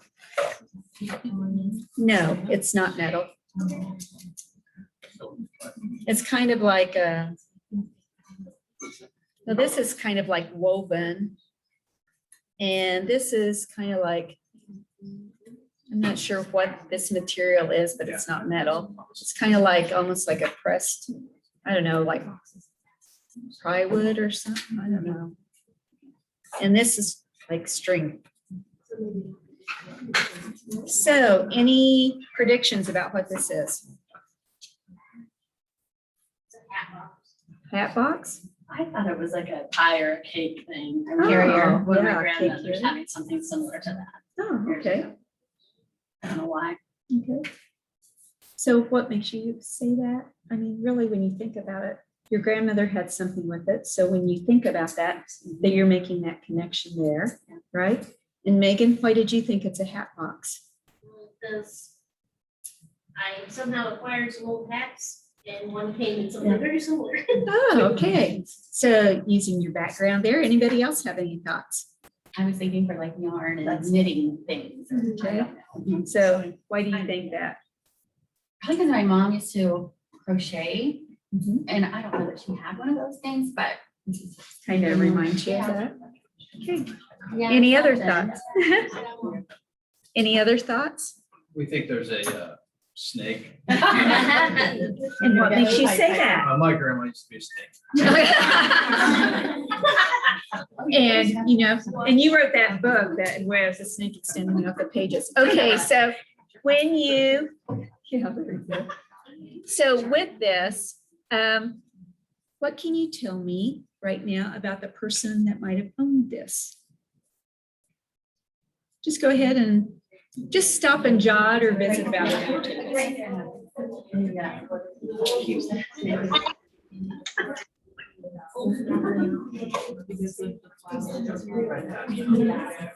So just looking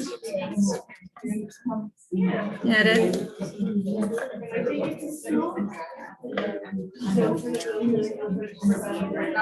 It's kind of dusty. I should have dusted it. So any thoughts about the person? What are some observations about the person that may have owned this?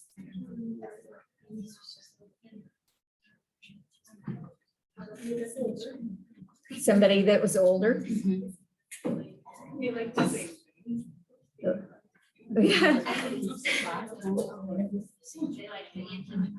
Okay, so they like to antique shop. So again, you know, one thing that you could take this a little bit further, and I'm thinking of your social studies classroom, you know, what time period, what was happening at the time that this person might have owned it, you know, what was their history and so on. So as you do this with your students, you're going to go ahead and you want to always have them justify what makes them say that. So what I'm going to do here, just in interest of time, next step, I'm going to show you something that's inside so you guys can see. I'm going to be hiding this. Okay, so.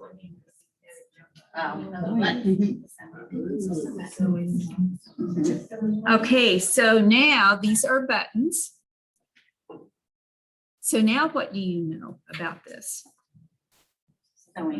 Yeah, it's probably, can you establish for sure it's a sewing basket? No, we might need more details, right? Okay. Yeah. Okay, so this is validating. I want to show you how some of you are like, ah. Now, was that the original purpose of said box?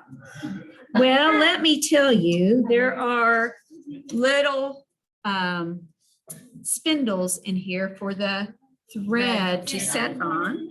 So that is something to consider. I want to show you a couple of things in here.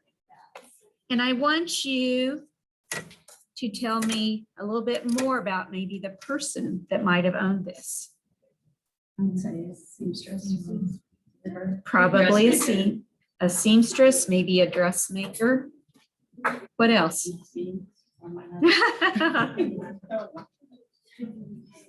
be pretty advanced at sewing, to be able to put a zipper in, so. they would be Right. pretty talented. Right. So somebody who was probably a little bit more knowledgeable, definitely, than I am, because I sewed a long time ago and there's a reason I don't now. All right. Anything else about this person?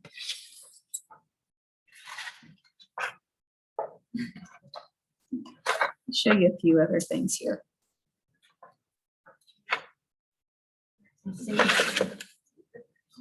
There are a lot of zippers.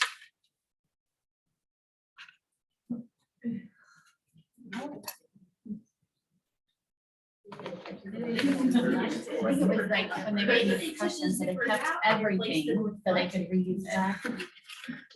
Okay. Wow. Everything so they could Yeah. reuse it. So But they're I'm very also wondering thrifty and very. if they had issues zipping, so they took the zippers out and replaced them with.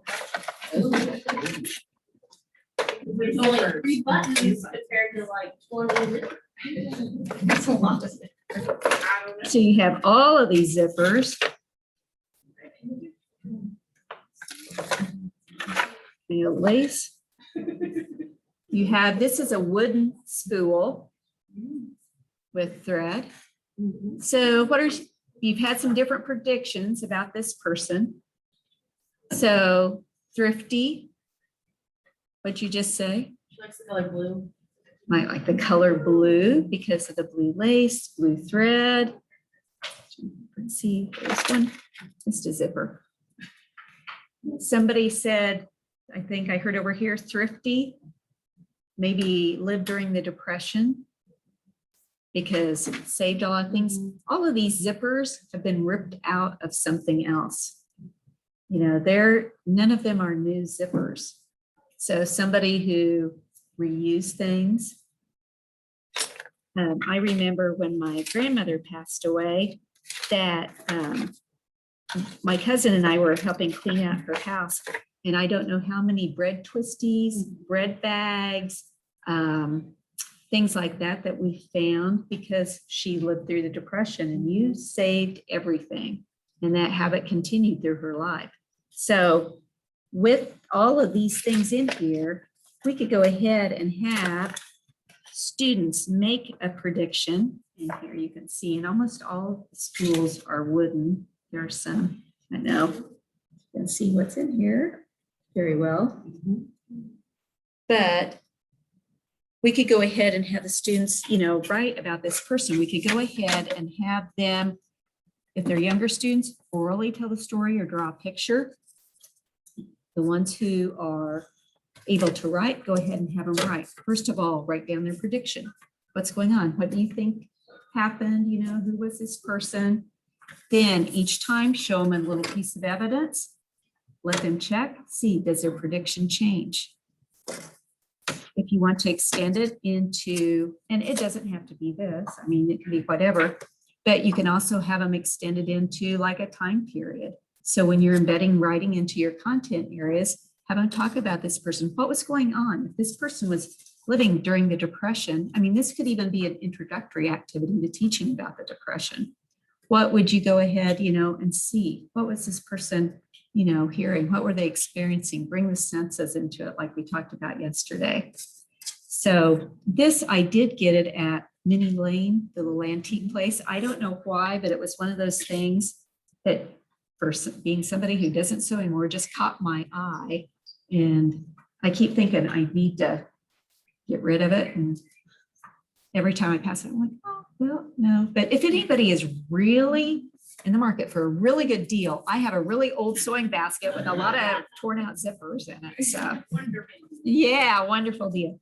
So just have a little conversation at your table.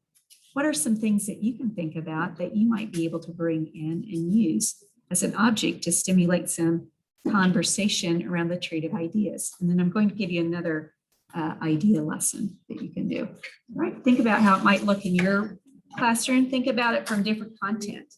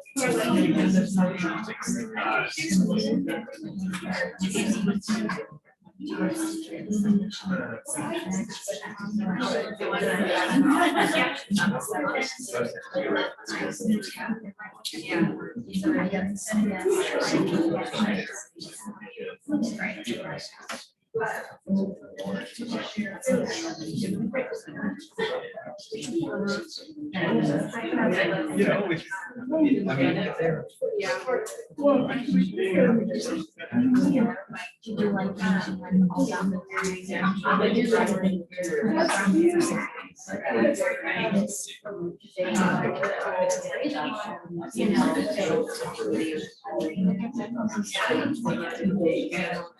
I'm going to ask you to come back in 3, 2, and 1. And I was kind of limiting your conversation there a little bit just because I have some other things that I want to share with you today. But anybody have or hear a thought at their table that might be a benefit for everyone to hear, or just some wonders about some things that you might have that you could share? You all go. We talked about even just having like a rotary phone. And Oh, yeah. something that they're not used to seeing. Yes, yes. There was an episode on maybe Jimmy Kimmel or somebody like that, that they put that in front of a younger person, we'll say it that way. And they were trying to figure out how to make it work. It was hysterical. I don't know if they tried to find well, I won't say anything, but this person was like, obviously had some, I don't know what her deal was, but she could not figure out how to use the phone for sure. That's like typewriters are really novel to kids, those kind of things. Anybody else have an object or something or an idea? You could just play them the dial-up internet tone. Oh, I love And then that. It's like a siren. Yeah, yeah. Think about it from the auditory. Yeah, I like that a lot. That's a great idea. Yeah. Anything else? I actually have this at home. I was trying to think of things I had at home. My great grandfather had a World War I jacket, and I always talk about how the wool is so hot and heavy. I have it at home. I don't even Yeah, think take about it in. Have that visual. That's great. Yeah. I had a Pampered Chef back in the day. They had this like little mini, I don't even know how to describe it, but it was to make like little muffins you put like in the muffin tin for the mini minute. Yeah, that wooden thing. Yeah, and it looked like a dumbbell, but it's wooden and it has 2 round ends on You it. could push it down into. Yeah, so to well, make the little scoop, so you didn't have to use your thumb. I mean, it was just one of those silly things. And I would bring in different objects like that so that, just random weird stuff that you have around your house that kids don't have any idea, and have them go ahead and look at those things and write predictions and what do they notice about it, and just use that as well. And I've also seen this done with a suitcase, and, so you could go ahead and one gal that I saw do it, she used, it was a vintage suitcase. It was classic. And, that was fun, and just pulled out different items. It's like going through, some teachers have brought in bags of trash. What do you know? Not like real trash, but, like clean trash. And had kids, what can you tell us about the person? What kind of person was this? What were their habits? What do they like to do? What are their hobbies, and so on? So just some food for thought there. Another activity I love is the how-to poem. And I always share this one because it's one of my favorite things out of Barry Lane's book. And we'll be doing an activity, and you'll have the directions in your handout for this. But with the how-to poem, you find out it's kind of a different way to have kids do a report instead of the standard, kind of researchy kind of piece. Now, this one's by 1st grade, and it was done as a class. So keep that in mind. So how to be a heart: pump blood, be the strongest muscle in the body, don't stop, have love in you, beat fast in rats and slow in elephants, don't stop, don't stop, don't stop. Have a little bit of sentence fluency in there as well, right? So do the students know about the heart? Do they know some relevant information? Yeah. How to be an amoeba. This is by Barry Lane. Date yourself, never eat out, look in the mirror. If you don't like what you see, split. Wow. They understand what it means to be an amoeba. How to be a fraction. Be half of what you are, Realize your lifespan will never be greater than 1. When trying to be equal, treat your top half the same as your bottom. Multiply with other fractions. Spend 1/3 of your time being improper. Simplify. Only be mixed if you are of the proper religion. Be careful when you cross multiply. Convert to decimalism. Know that if you've had half as much fun as I've had twice as much fun as you. So in your handout on page 8, there are the directions for writing how-to poems. One of the first things you have to do is you have to have the actual facts, on your topic. So you have to have brainstormed with your kids or gone over this together so they have a collection of facts. If I was doing this with students, I would go ahead and do one together, 1 or 2, depending on the age level, and do it all together. And then I would go ahead and let them do it as partners, just like with anything. You always do it together. Go ahead, do it with a partner before you ever release and have them work on things individually. You want to have at least 6 to 10 good facts. Barry Lane refers to those as the potatoes. Those are those, a potato plant, you can see the green part, but the good part's underneath. You got to dig for the potato.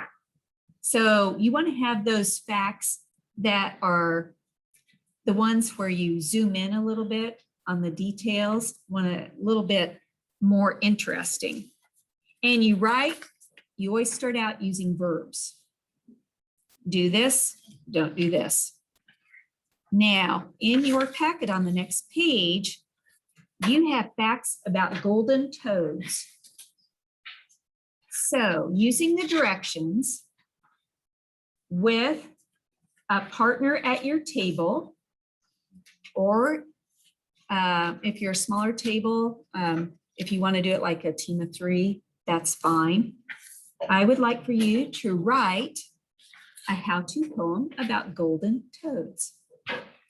I always think about this as like a news segment. When they're on television, they can't tell you, you don't always get the whole story. You get those details, right, that are important and relevant. For example, if they're telling you a story about a runaway dog, they're not going to tell you about a dog. The dog has 4 legs, it barks, and it has a tail that wags. No, what are they going to tell you?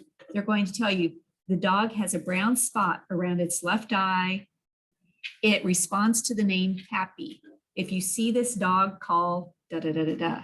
They're going to give you those important, relevant details, not the basic. So pick out your 6 to 10 facts. I'm going to give you about 10 minutes, and then I'll do a check-in to see how you're doing. So write your how-to poem. Clarifying questions. All right. Decide who's going to be working together.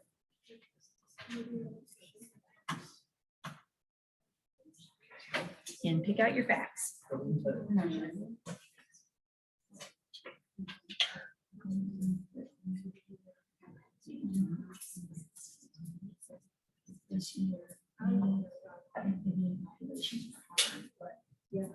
I like that.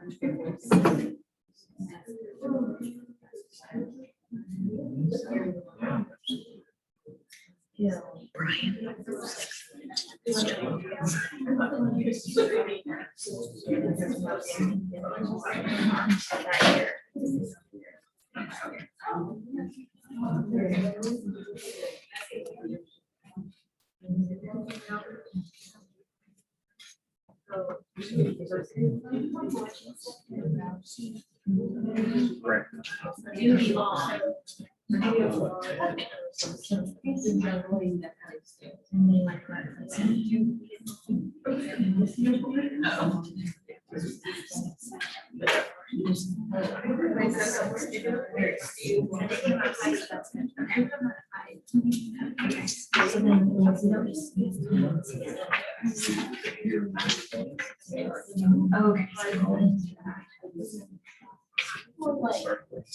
Sure, they thought they were all dead and then they responded.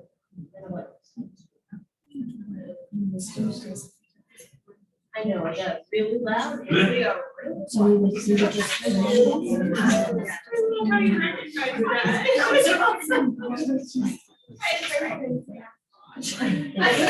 I was talking about how they see sort of nice Yeah.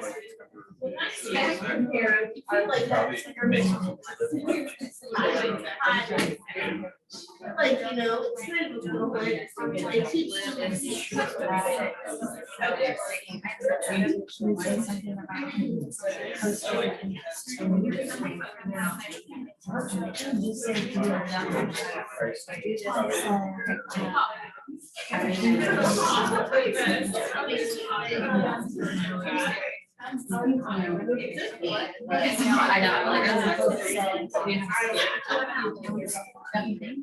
Where they live.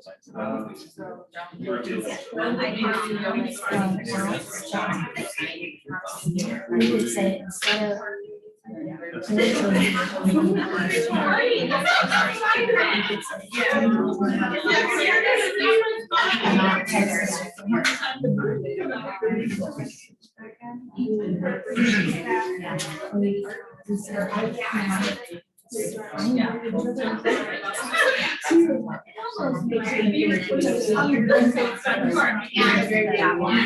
can say hi. maybe they were like.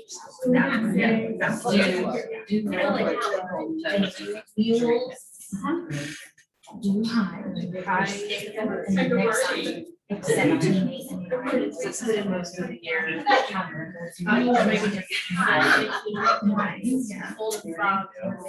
So like.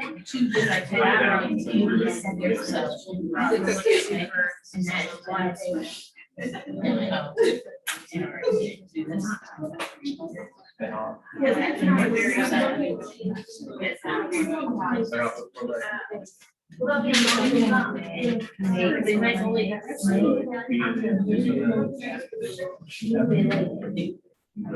Be aware of.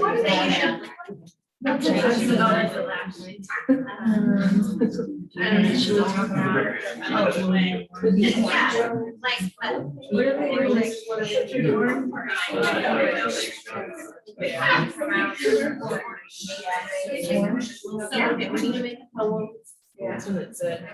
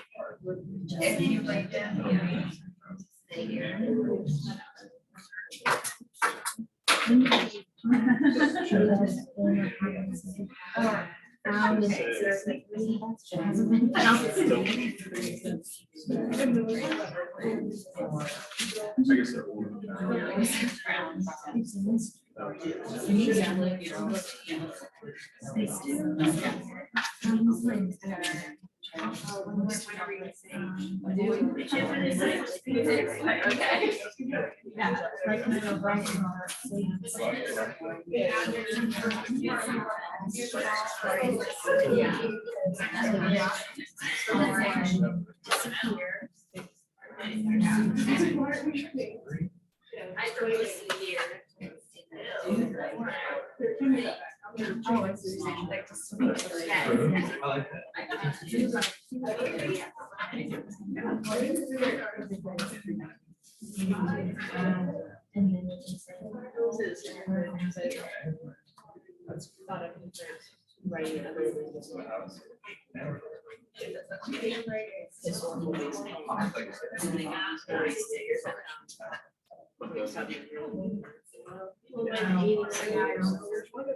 I was gonna say 80.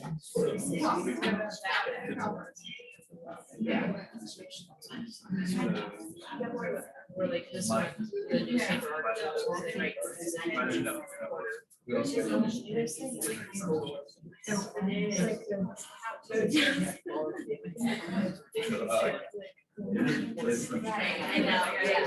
yeah. It's not like.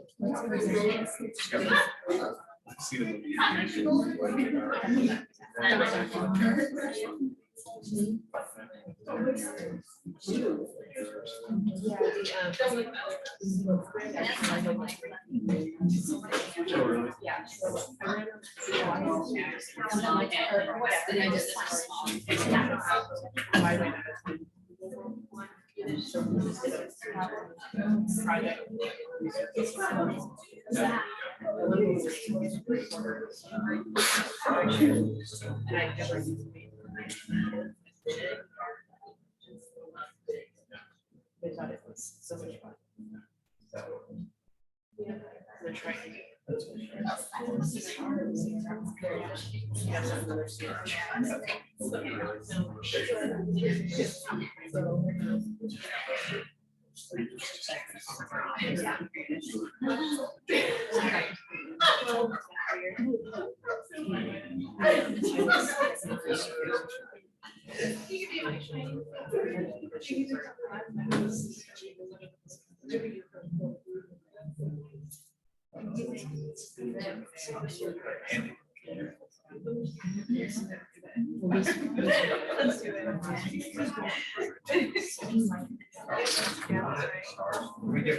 ourselves. There you go. Go for it.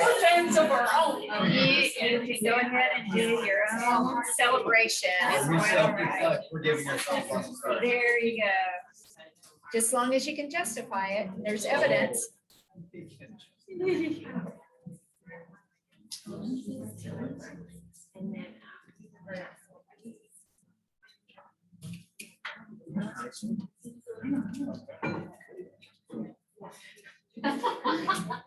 Okay, I'm going to do a quick check-in with you. Show me using a fist of 5 how much more time you need. A minute, 2 minutes, or if you're good. Okay, they're good, good. Back table's good. You guys are good. So second grade's rocking and rolling. Fourth grade. You need a minute. 1 minute. About a minute. Okay, so give you another minute. And then be prepared to select someone to report for your group and share your how-to poem, how to be a golden toad.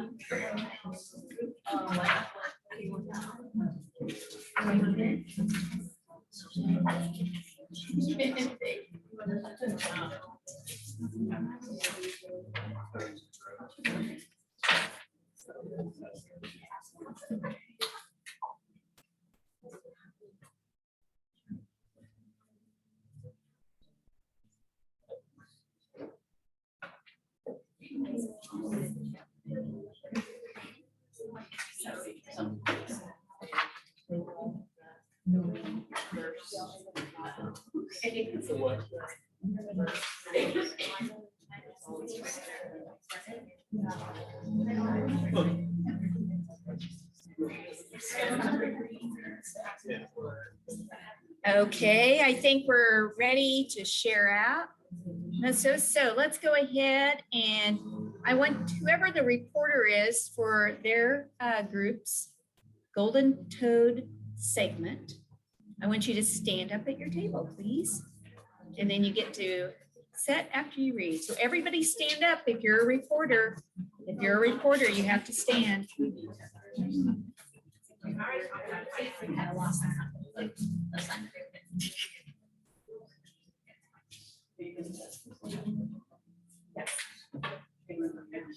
They're throwing you under the bus. There you go. Oh, okay.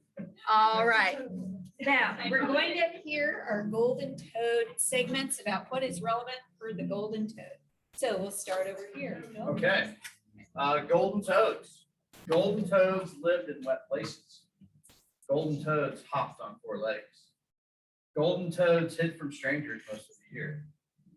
Golden toads grew to about the size of your thumb. Golden toads jumped on the scene in the same year President Kennedy was assassinated. Golden toads croaked.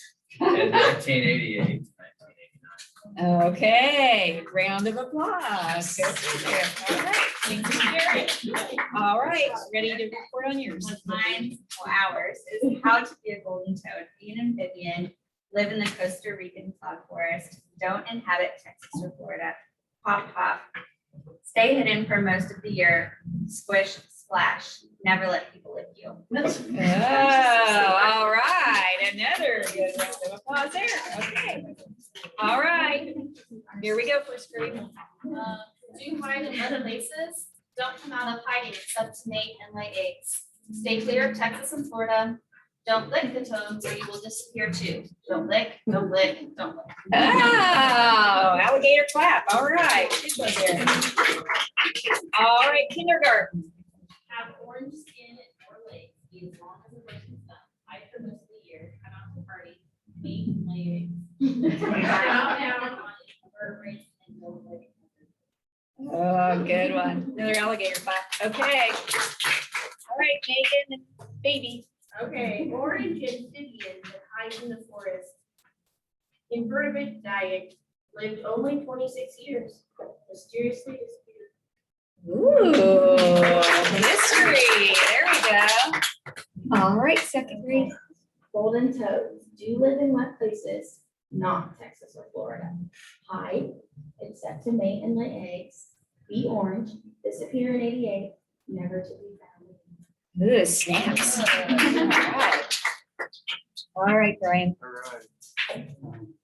Be an amphibian, live in the Costa Rican cloud forest, hop a lot, avoid pesticides, eat invertebrates, hide out until you're ready to lay eggs, beware of 1989, and avoid people they might try to lick or jump. Ooh, another snap. All right, great job. So when you think about this, you had all these facts. You think about which ones are relevant, little known facts, and then that's what you include. And if you had students do something similar, does this show that they know about a golden toad?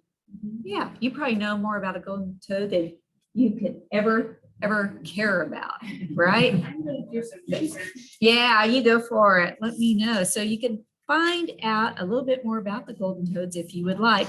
At the top of this came from someone named Sneed B. Collard III. This is a real person. This is somebody who wrote, so in your handout, you see that name up at the top.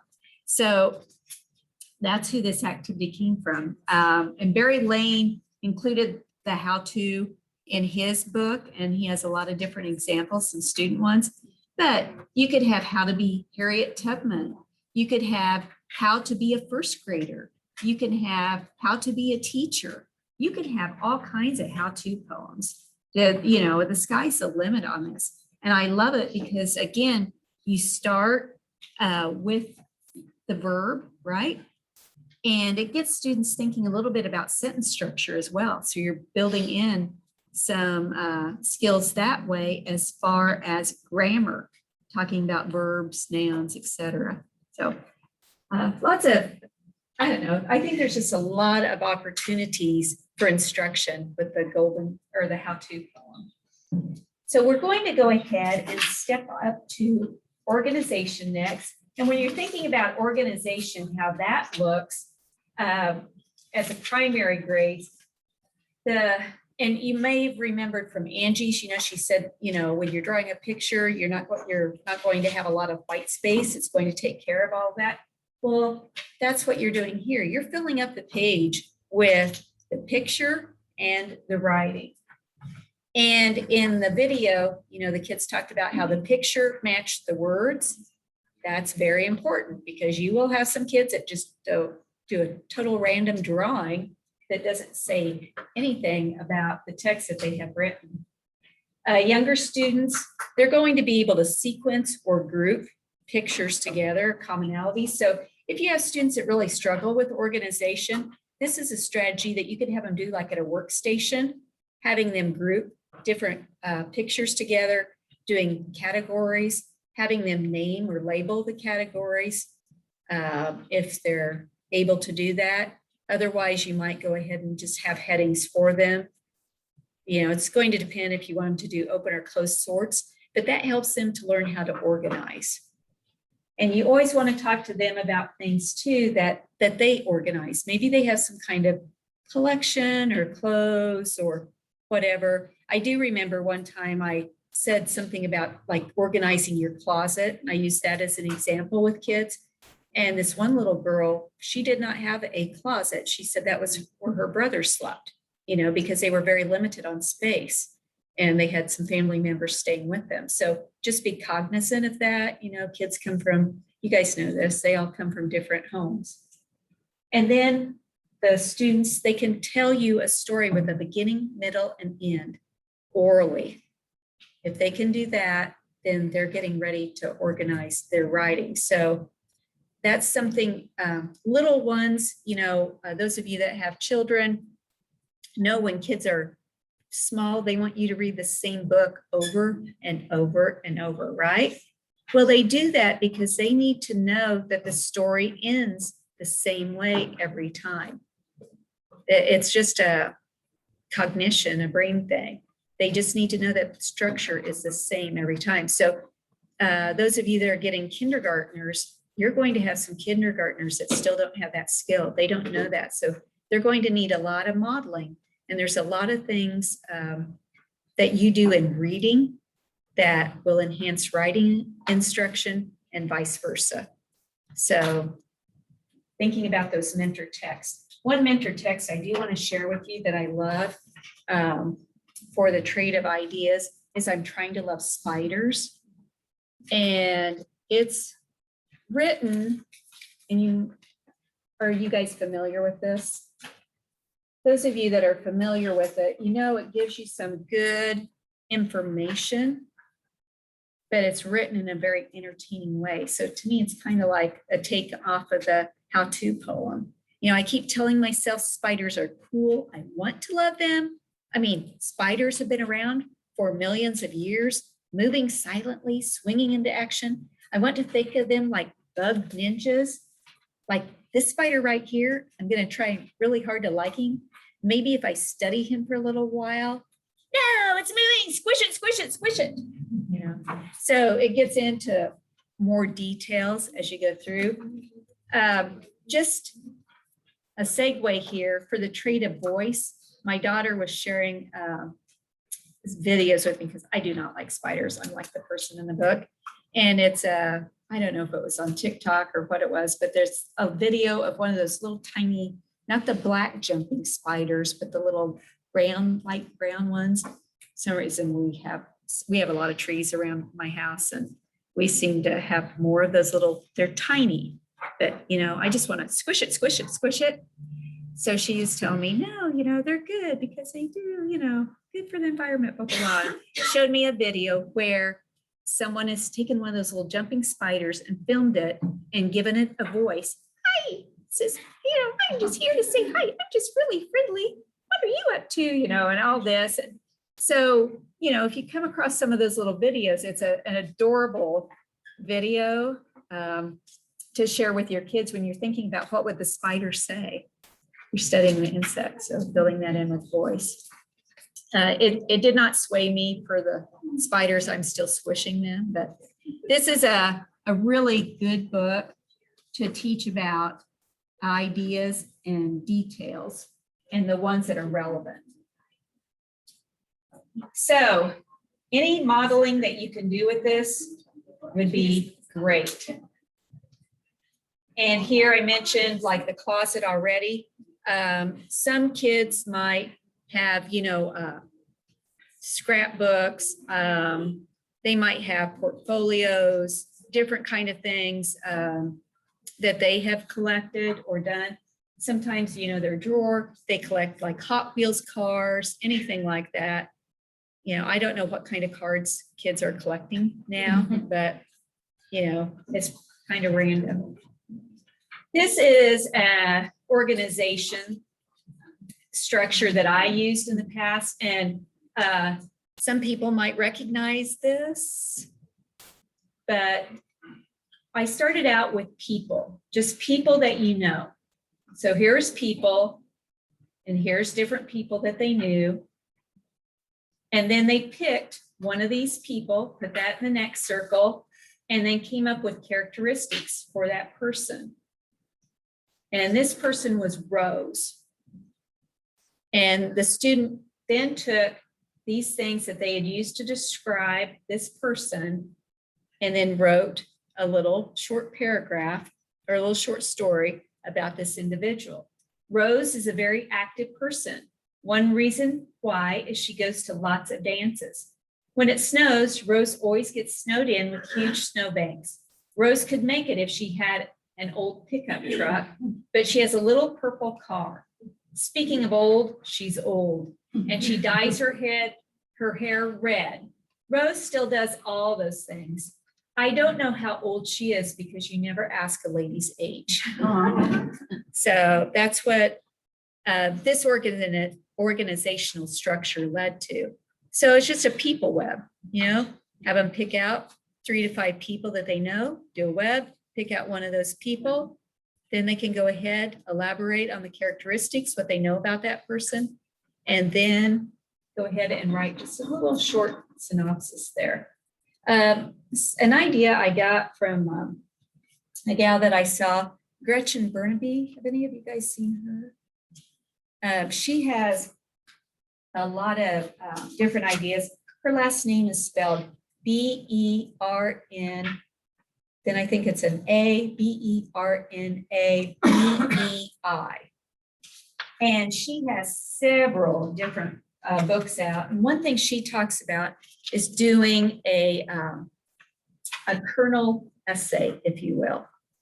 And so we're going to go ahead and think a little bit about kernel essays right now. And it kind of helps you organize your writing a little bit better. Listing is something also that students are expected to be able to do in kindergarten and first grade as well. And they're really a great way to get some authentic writing out of your kids, just doing some different lists. Kernel essays too here kind of give you an idea of whether a story is really worth telling or not. So the text structure of this is going to help your kids stay organized, as well as kind of grabbing a reader's attention here. So what you can do is just say, think about a time you were, and fill in the blank with maybe really mad at somebody or upset at a friend or disappointed by an adult or whatever. You can have the kids do whatever with that. So what I'm going to have you do is we're going to do a quick list here. I want you just to number your paper to 10, like you see up here.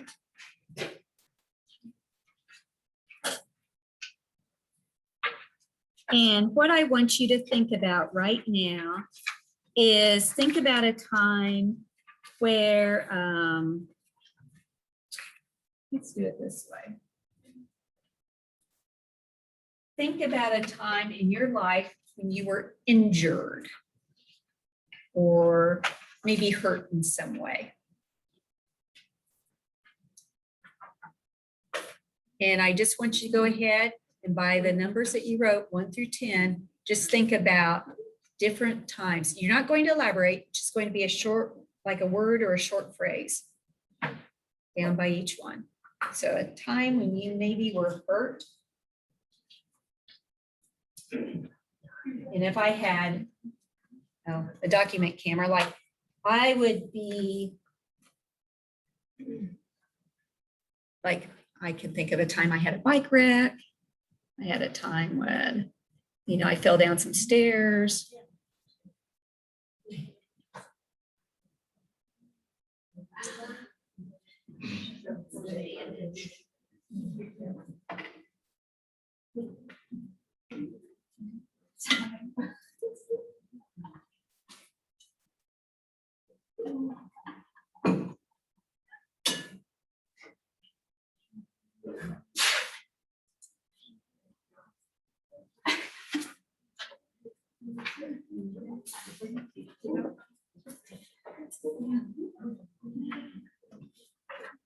That was the first one.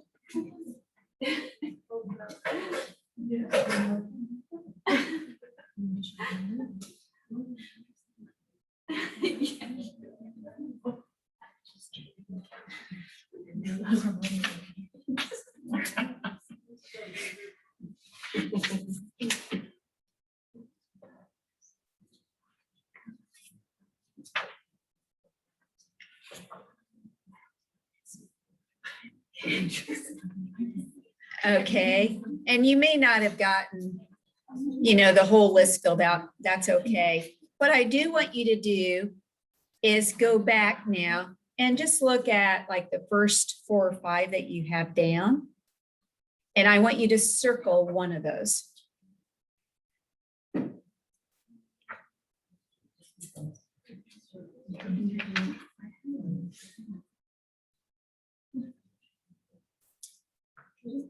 Now, down at the bottom of your paper, I want you just to go ahead and you're going to respond to this next question per the item that you circled. I want you just to write what happened. Don't elaborate, just really short. Just with this, I want you to think about where were you and what were you doing? Okay, so when you're thinking about that in relation to what happened, where were you and what were you doing?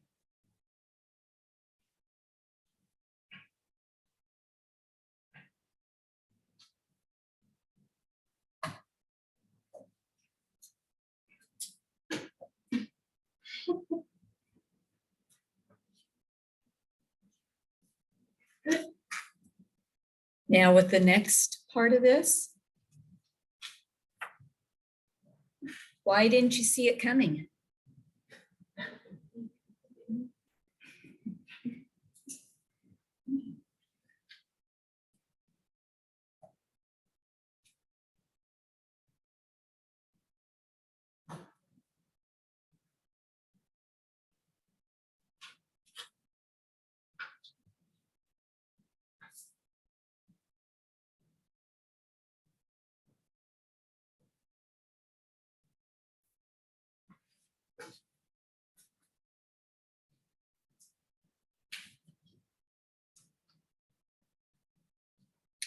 Your next one, what damage did it cause?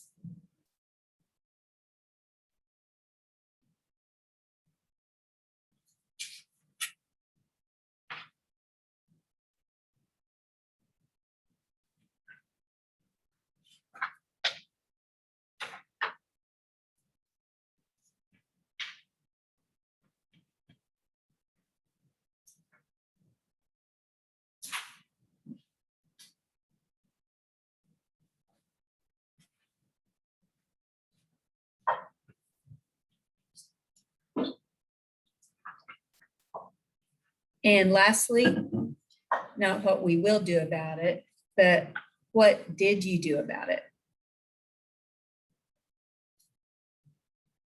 Or maybe someone else helped you. What happened with it?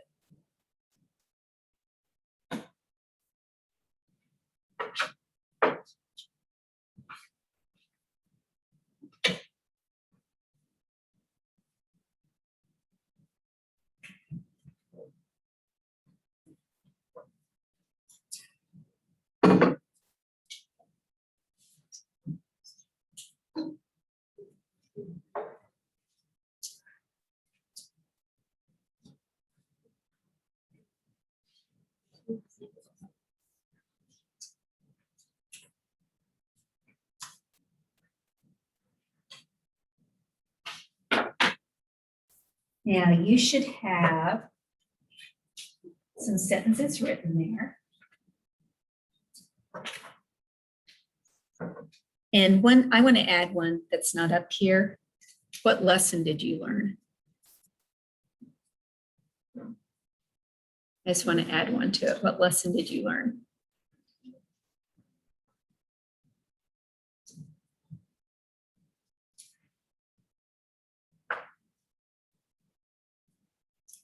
Maybe you didn't take away any lesson from it.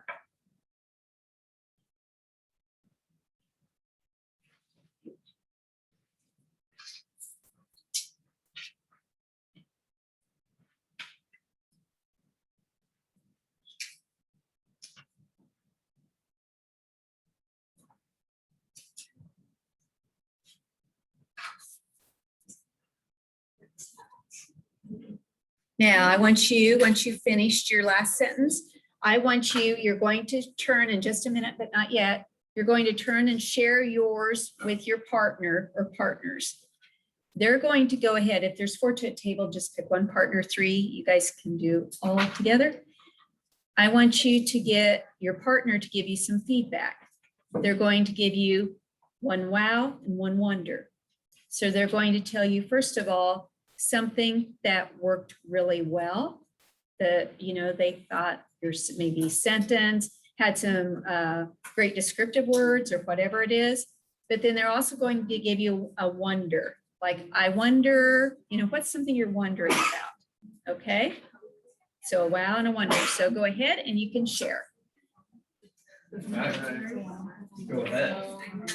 But running backwards data, right center. Was able to see it coming because I was running backwards on I was in shape. Was that I got training for my half marathon. And I had to sit at work. What did I do about it? I rested,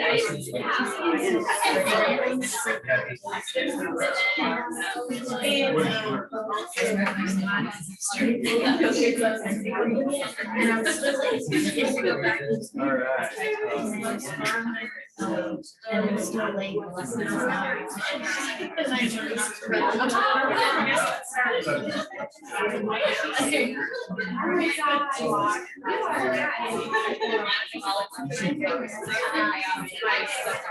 Okay.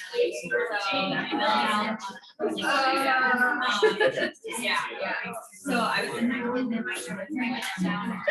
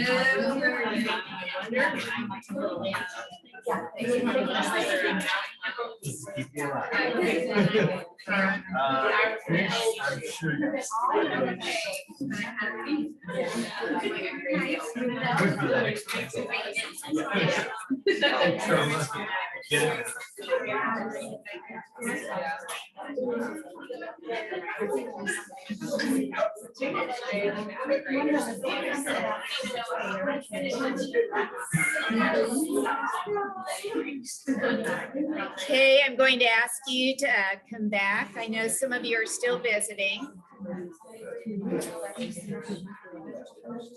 And one of the things I would just comment on is the energy in the room.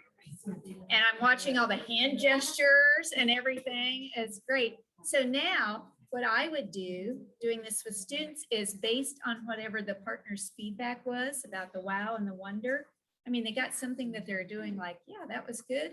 And then they got an I wonder, which would stimulate maybe more thinking. I would have you go back and add more to your story or your sentences that you just written. So this kind of gives you the basis to start writing like maybe a narrative about a time in your life. It could also be used for informational writing. You know, there's a lot of different things. It could be used even for an opinion piece. A lot of different opportunities here. So Gretchen Burnaby just gives you a lot of different structures that you can go ahead and utilize with your students. The more traditional one is you could do like it's just a memory structure. Where were you and what were you doing? So you'd first have kids list, you know, like different memories they have. And when, again, just like with anything, you model first. You're going to do your own thinking. You're going to do your own memory structure. You're going to respond that way. And then when you're doing it with kids and having them do that themselves, you're still going ahead and you're modeling along with them. That it's not necessarily that you're going to show them maybe all your thinking, but you could if you wanted to. That's all right. So going ahead and go through that. Where were you and what were you doing for the memory structure? What happened first? What happened next? What happened last? What did you learn or realize? So thinking back to the importance of organization for your primary students, knowing how to retell a story first, middle, last, that's an important skill for students to know. And if you look at the standards going across the grade levels, you'll see how that's a foundational piece and how it's built upon as you go through the grades. So that's the memory structure, and I can email that to you or whatever. And I have a couple of her books if anybody would like to borrow them. I mean, they're sitting on my shelf, so I'm here to help you. So anything I can loan you, just let me know. So this is one too she uses with nursery rhymes. So with words and pictures, if the kids can't do the words, have them set the structure up with pictures. So bad black sheep. So the question you might ask the kids, do you have pets? Yes, I have, you know, whatever. I have pets, list them. So maybe dog, cat, whatever. I've done this, well, something similar, not this structure, with family members. You know, a lot of kids have very extended families. And so that's something that you could do with them. So here was like an example that she used with the pictures. And then she has just a student example. You know, what do you have? What I have, what it looks like, the best thing about it, and one time. So I have a little blanket. It looks like a, I can't remember what that one says, with pink and green. Square, thank you. You guys are good. A square with pink and greens. I got this from my baby shower. One time it broke and my mom fixed it. And so there's a lot of other different examples that she provides, but I just wanted to go ahead and share that with you. So what our next one is, we're going to review is voice. And we talked about voice yesterday, but we've talked a little bit about it today, just expanding it in different venues here. It looks like facial expressions. You remember the bat with this happy face, right? It gets your attention for sure. The expression, you know, some kids are real, you know, you always call them the little drama kids, you know, because they're so expressive and everything. Some of you are very expressive as well, so you have strong voice. And it's that individuality. You know who, like I said yesterday, you know who that piece was written by because their voice comes through. So anything like that, you want to go ahead and support in your students. So here's some different ones. Some of you might recognize, well, I don't know if you can recognize the people because you're farther away, but just some different ways that I taught voice when back long ago, in the days of overhead projectors, you know, when I was teaching, I had like a career day. Kids had to go ahead, they had to research what career, what they thought they wanted to be. Then they presented that information. However, they had to dress up like their profession. I remember somebody wanted to be an EMT, somebody else wanted to be a teacher. They dressed up to fit that profession. And then I invited parents, other teachers, other classes to come listen to their presentations. We were just set up around in another room. We weren't in our classroom, just around the room. People came, but the kids, it's like when you do Famous Missourians in 4th grade, you know, they had to take on that persona and be that person. So that the child that wanted to be a teacher, she had to act like a teacher. The child who wanted to be an EMT had to act like an EMT. The guests asked them different questions, and based on their research, they responded. But that's voice. They were taking on the voice of the career they wanted to be. I also had one down here. I had students lay down on the floor and traced around them, and they were supposed to look like they were running. And we did it around Thanksgiving, and they were pilgrims and what the pilgrims would say when they first saw land. So they had their speech bubbles out, and I put those out in the hallway. That was kind of a fun activity. Just some different ways. Another way to do voice with this one, this is just using artwork, getting some artwork from different artists and having kids note the differences between. So what are some differences you see between these two pieces?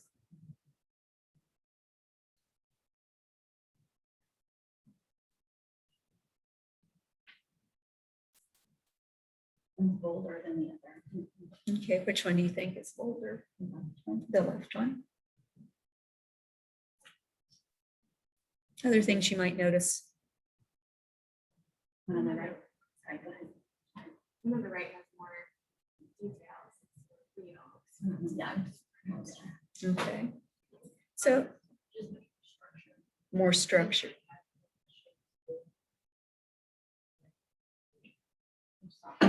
Softer. So, you know, that's what you do. You just have them start noticing some of the differences, because images, there's voice in images. And I think this one on the left is a Picasso. I'm not 100% sure, but that's just some different ideas there. And so you can bring in, like I said, some different images here and talk about the differences between.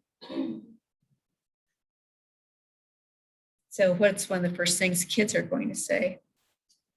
Black and white and color. So just class pictures from different eras. The one on the left is from the 1950s. And this one is from, I think it's like 2018 or something. So I would have them just talk about what do they notice it's, you know, different, you know, how do they think people are feeling, you know, what they might have been thinking. So in this one, the teacher is right here. So what do you think the teacher's thinking? You know, just that's the kind of ways that you stimulate voice and getting them to think about different things. It's also a nice way to build empathy in your kids. What do you think they're feeling, thinking? So bringing in a little bit of that social emotional there. The thing that I use a lot with the images is the primary source analysis tool, and I talked about that yesterday. I'm going to have you do one of these today. Thanks, Brian. We need to save one out.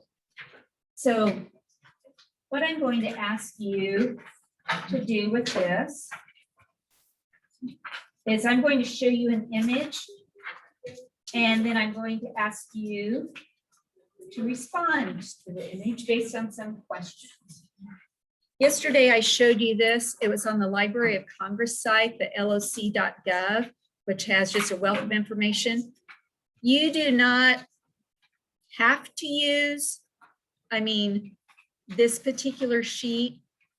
You can do whatever you want, but you can just use a sheet of paper and have kids stop and jot. But for some folks, they like the structure of it. So I want to give you that. So we're going to use it with this image that we looked at yesterday. All right. So as we look at this image, what I want you to do under the observe column is respond to this.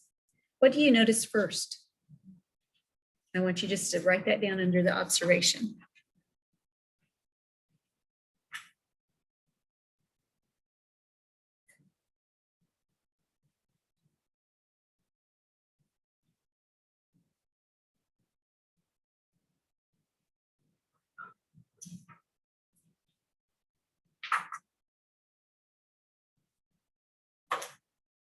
Under the reflect, I want you to write down, who do you think the audience was for this image?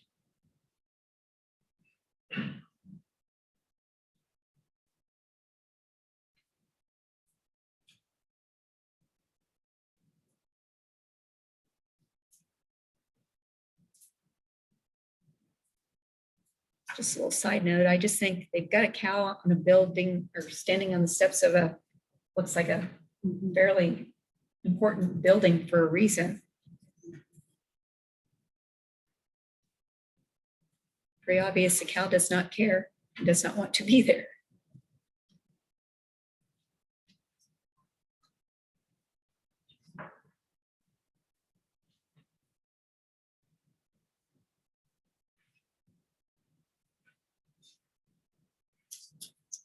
And under the question, what do you wonder about?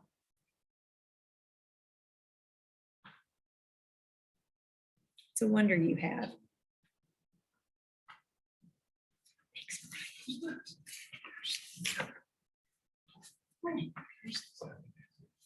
Okay, thank you. Yeah, that's fine.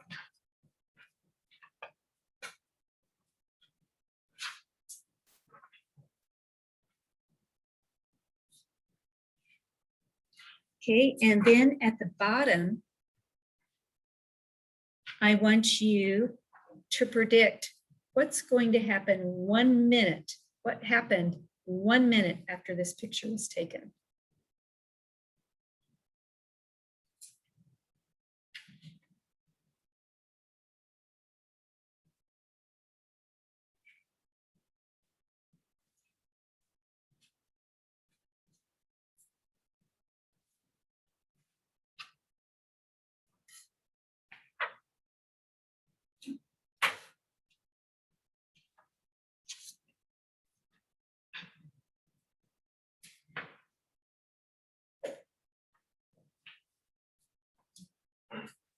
Where's the sheet that'll go? Is it follow? All right, just in the interest of time, I would then have students kind of popcorn out, share out what some of their thoughts are. But it's helping give a voice again to the image. And there's a lot of different images that you can use. I like with students at the elementary level, I like to use images with children from other countries. You know, kind of broadens their horizons a little bit there, getting them to think in a little bit different way, but I would lead them through. There's a handout here that Brian's going to share, and it has some of the questions that I just ask you. And so when you go through this, and again, you can get all this on the Library of Congress site. There's just a wealth of information there that you could help your kids with, but it helps give them a voice into what they're seeing. It helps make their voice heard, as well as building some comprehension skills, doing some analysis, tying in some of those other pieces. You also find, again, you know, thinking about this from voice, it gives them perspective. How they are looking at this might be totally different than the child sitting across or from them. And one of the books that I use with this, Voices in the Park. Are you all familiar with this one? A couple of you are, thumbs up, sideways. All right. Voices in the Park is about 4 different people that visit a park, and the story is told from their perspective. First voice, it was time to take Victoria, our pedigree Labrador, and Charles, our son, for a walk. When we arrived at the park, I let Victoria off her leash. Immediately, some scruffy mongrel appeared and started bothering her. I shooed it off, but the horrible thing chased her all over the park. I ordered it to go away, but it took no notice of me whatsoever. Sit, I said to Charles, here. I was just planning what we should have to eat that evening when I saw Charles had disappeared. Oh dear, where had he gone? You get some frightful types in the park these days. I called his name for what seemed like ages. Then I saw him talking to a very rough-looking child. Charles, come here at once, I said, and come here, please, Victoria. We walked home in silence. Second voice. I needed to get out of the house, so me and Smudge took the dog to the park. He loves it there. I wish I had half the energy he's got. I settled on a bench and looked through the paper for a job. I know it's a waste of time, but you've got to have some hope, haven't you? Then it was time to go. Smudge cheered me up. She chattered happily to me all the way home.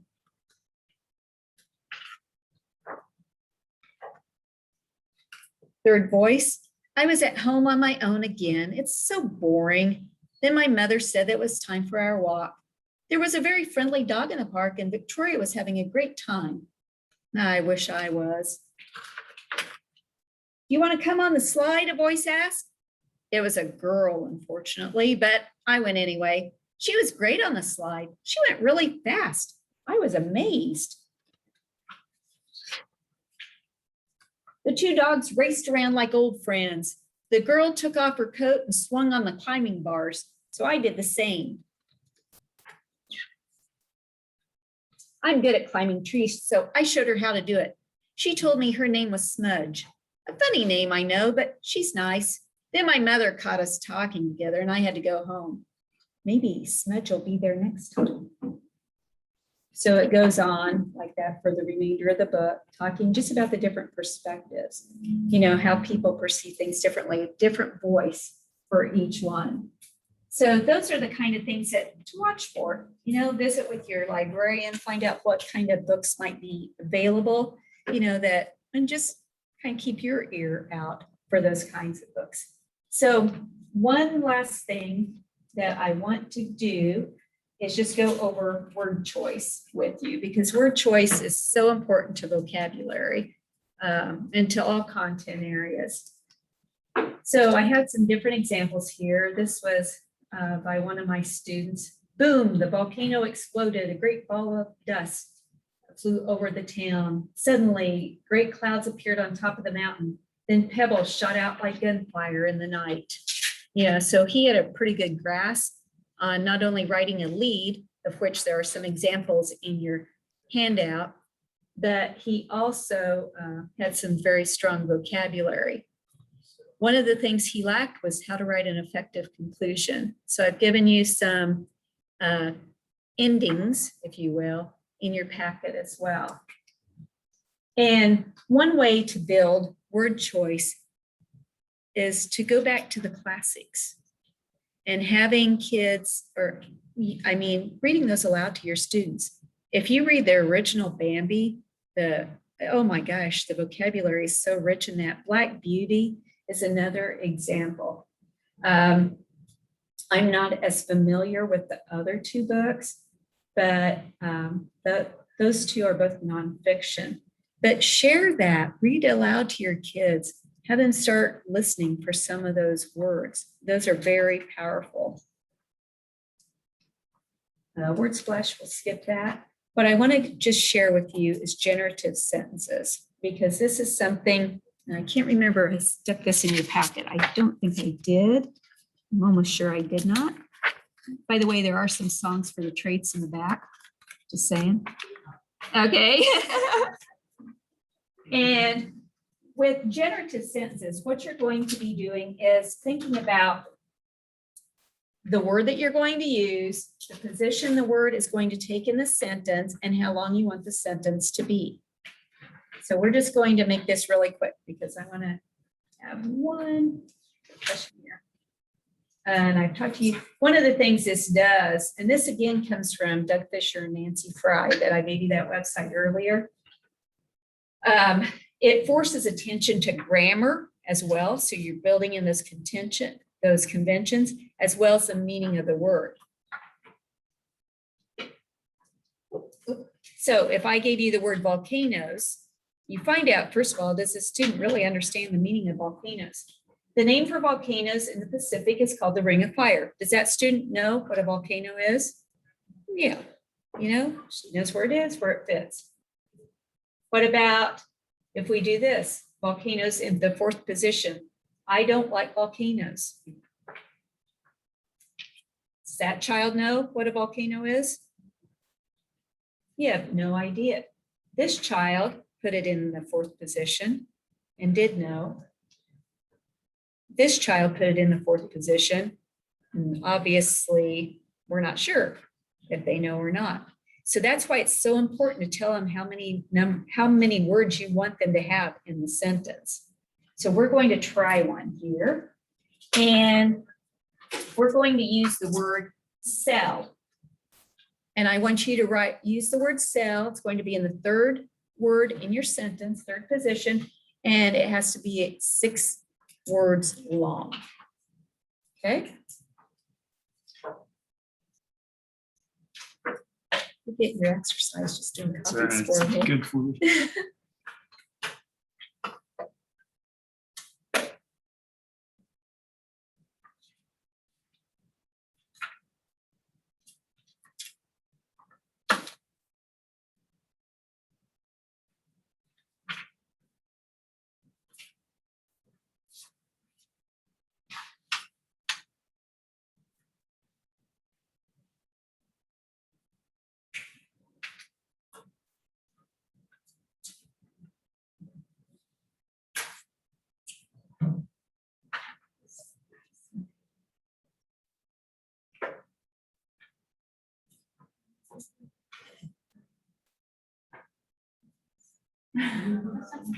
So let's go ahead, share your sentence with your table.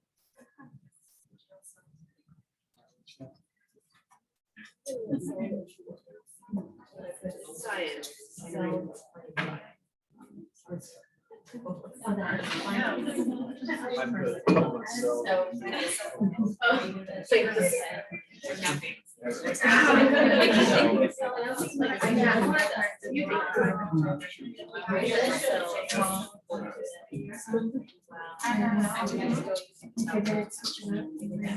Oh, that is completely wrong. That's a generation. Yeah, probably.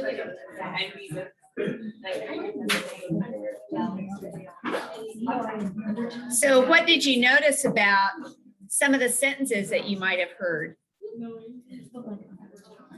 Does everybody understand what a cell is? Very different. Exactly, what cell? You're right. So you could be talking about a cell like in the human body. You could be talking about a jail cell, right? A cell phone. So this, again, is something that's very helpful when you're helping kids decide between those multiple meaning words, you know, how it's going to be used in different contexts. And you really find out, do they understand it? Another one that's interesting to try, I'm not going to have you do it, but is because. Because we tell kids, don't start sentences with because. But if you do it the right way, you can find out, or you can get some conversation stimulated. So if you're doing something about a reason why they should be, you know, I don't know, allowed extra recess or whatever you want, that you make them have a certain number of words in it, you know, it's got to have at least 10, then that can really show you a little bit more powerful statement. I'm putting this one in because of social studies here. The Constitution, you know, has to equal 10 words exactly. And that, yeah, it makes them think a little bit. So I like I just always thought this was kind of fun to do. And the other thing that I would always do with word choice is do like give one, get one, like the Kagan structure. So, you know, go ahead and write down as many words as you can think of that mean somebody is sad. All right, so you write down as many words as you can think of as sad, and then you get up, go around with your partners, and who knows what school will be like this coming year, whether they'll be able to interact or not, but they can go ahead, give a friend a word, and they get one back. But we're stopping there because it's almost 11, and I could talk to you about writing all day long, but I'm pretty sure these chairs are not conducive to that, so not going to do that. So any questions, clarifying thoughts? I'm sorry I didn't get through everything in the packet. It is just hard to condense for me. So if there's anything in here you have a question about, please ask me. There's some other examples for word choice, sentence fluency, conventions. Oh, raft is really good. So be sure and pay attention to that. And then, of course, the songs, unless kindergarten comes up with a lot of new songs for things. So thank you. If you need anything, let me know. Free to roam around the room. You're welcome. Thank you. You're welcome.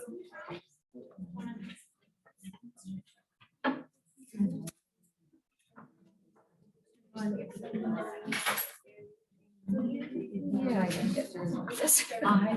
There was.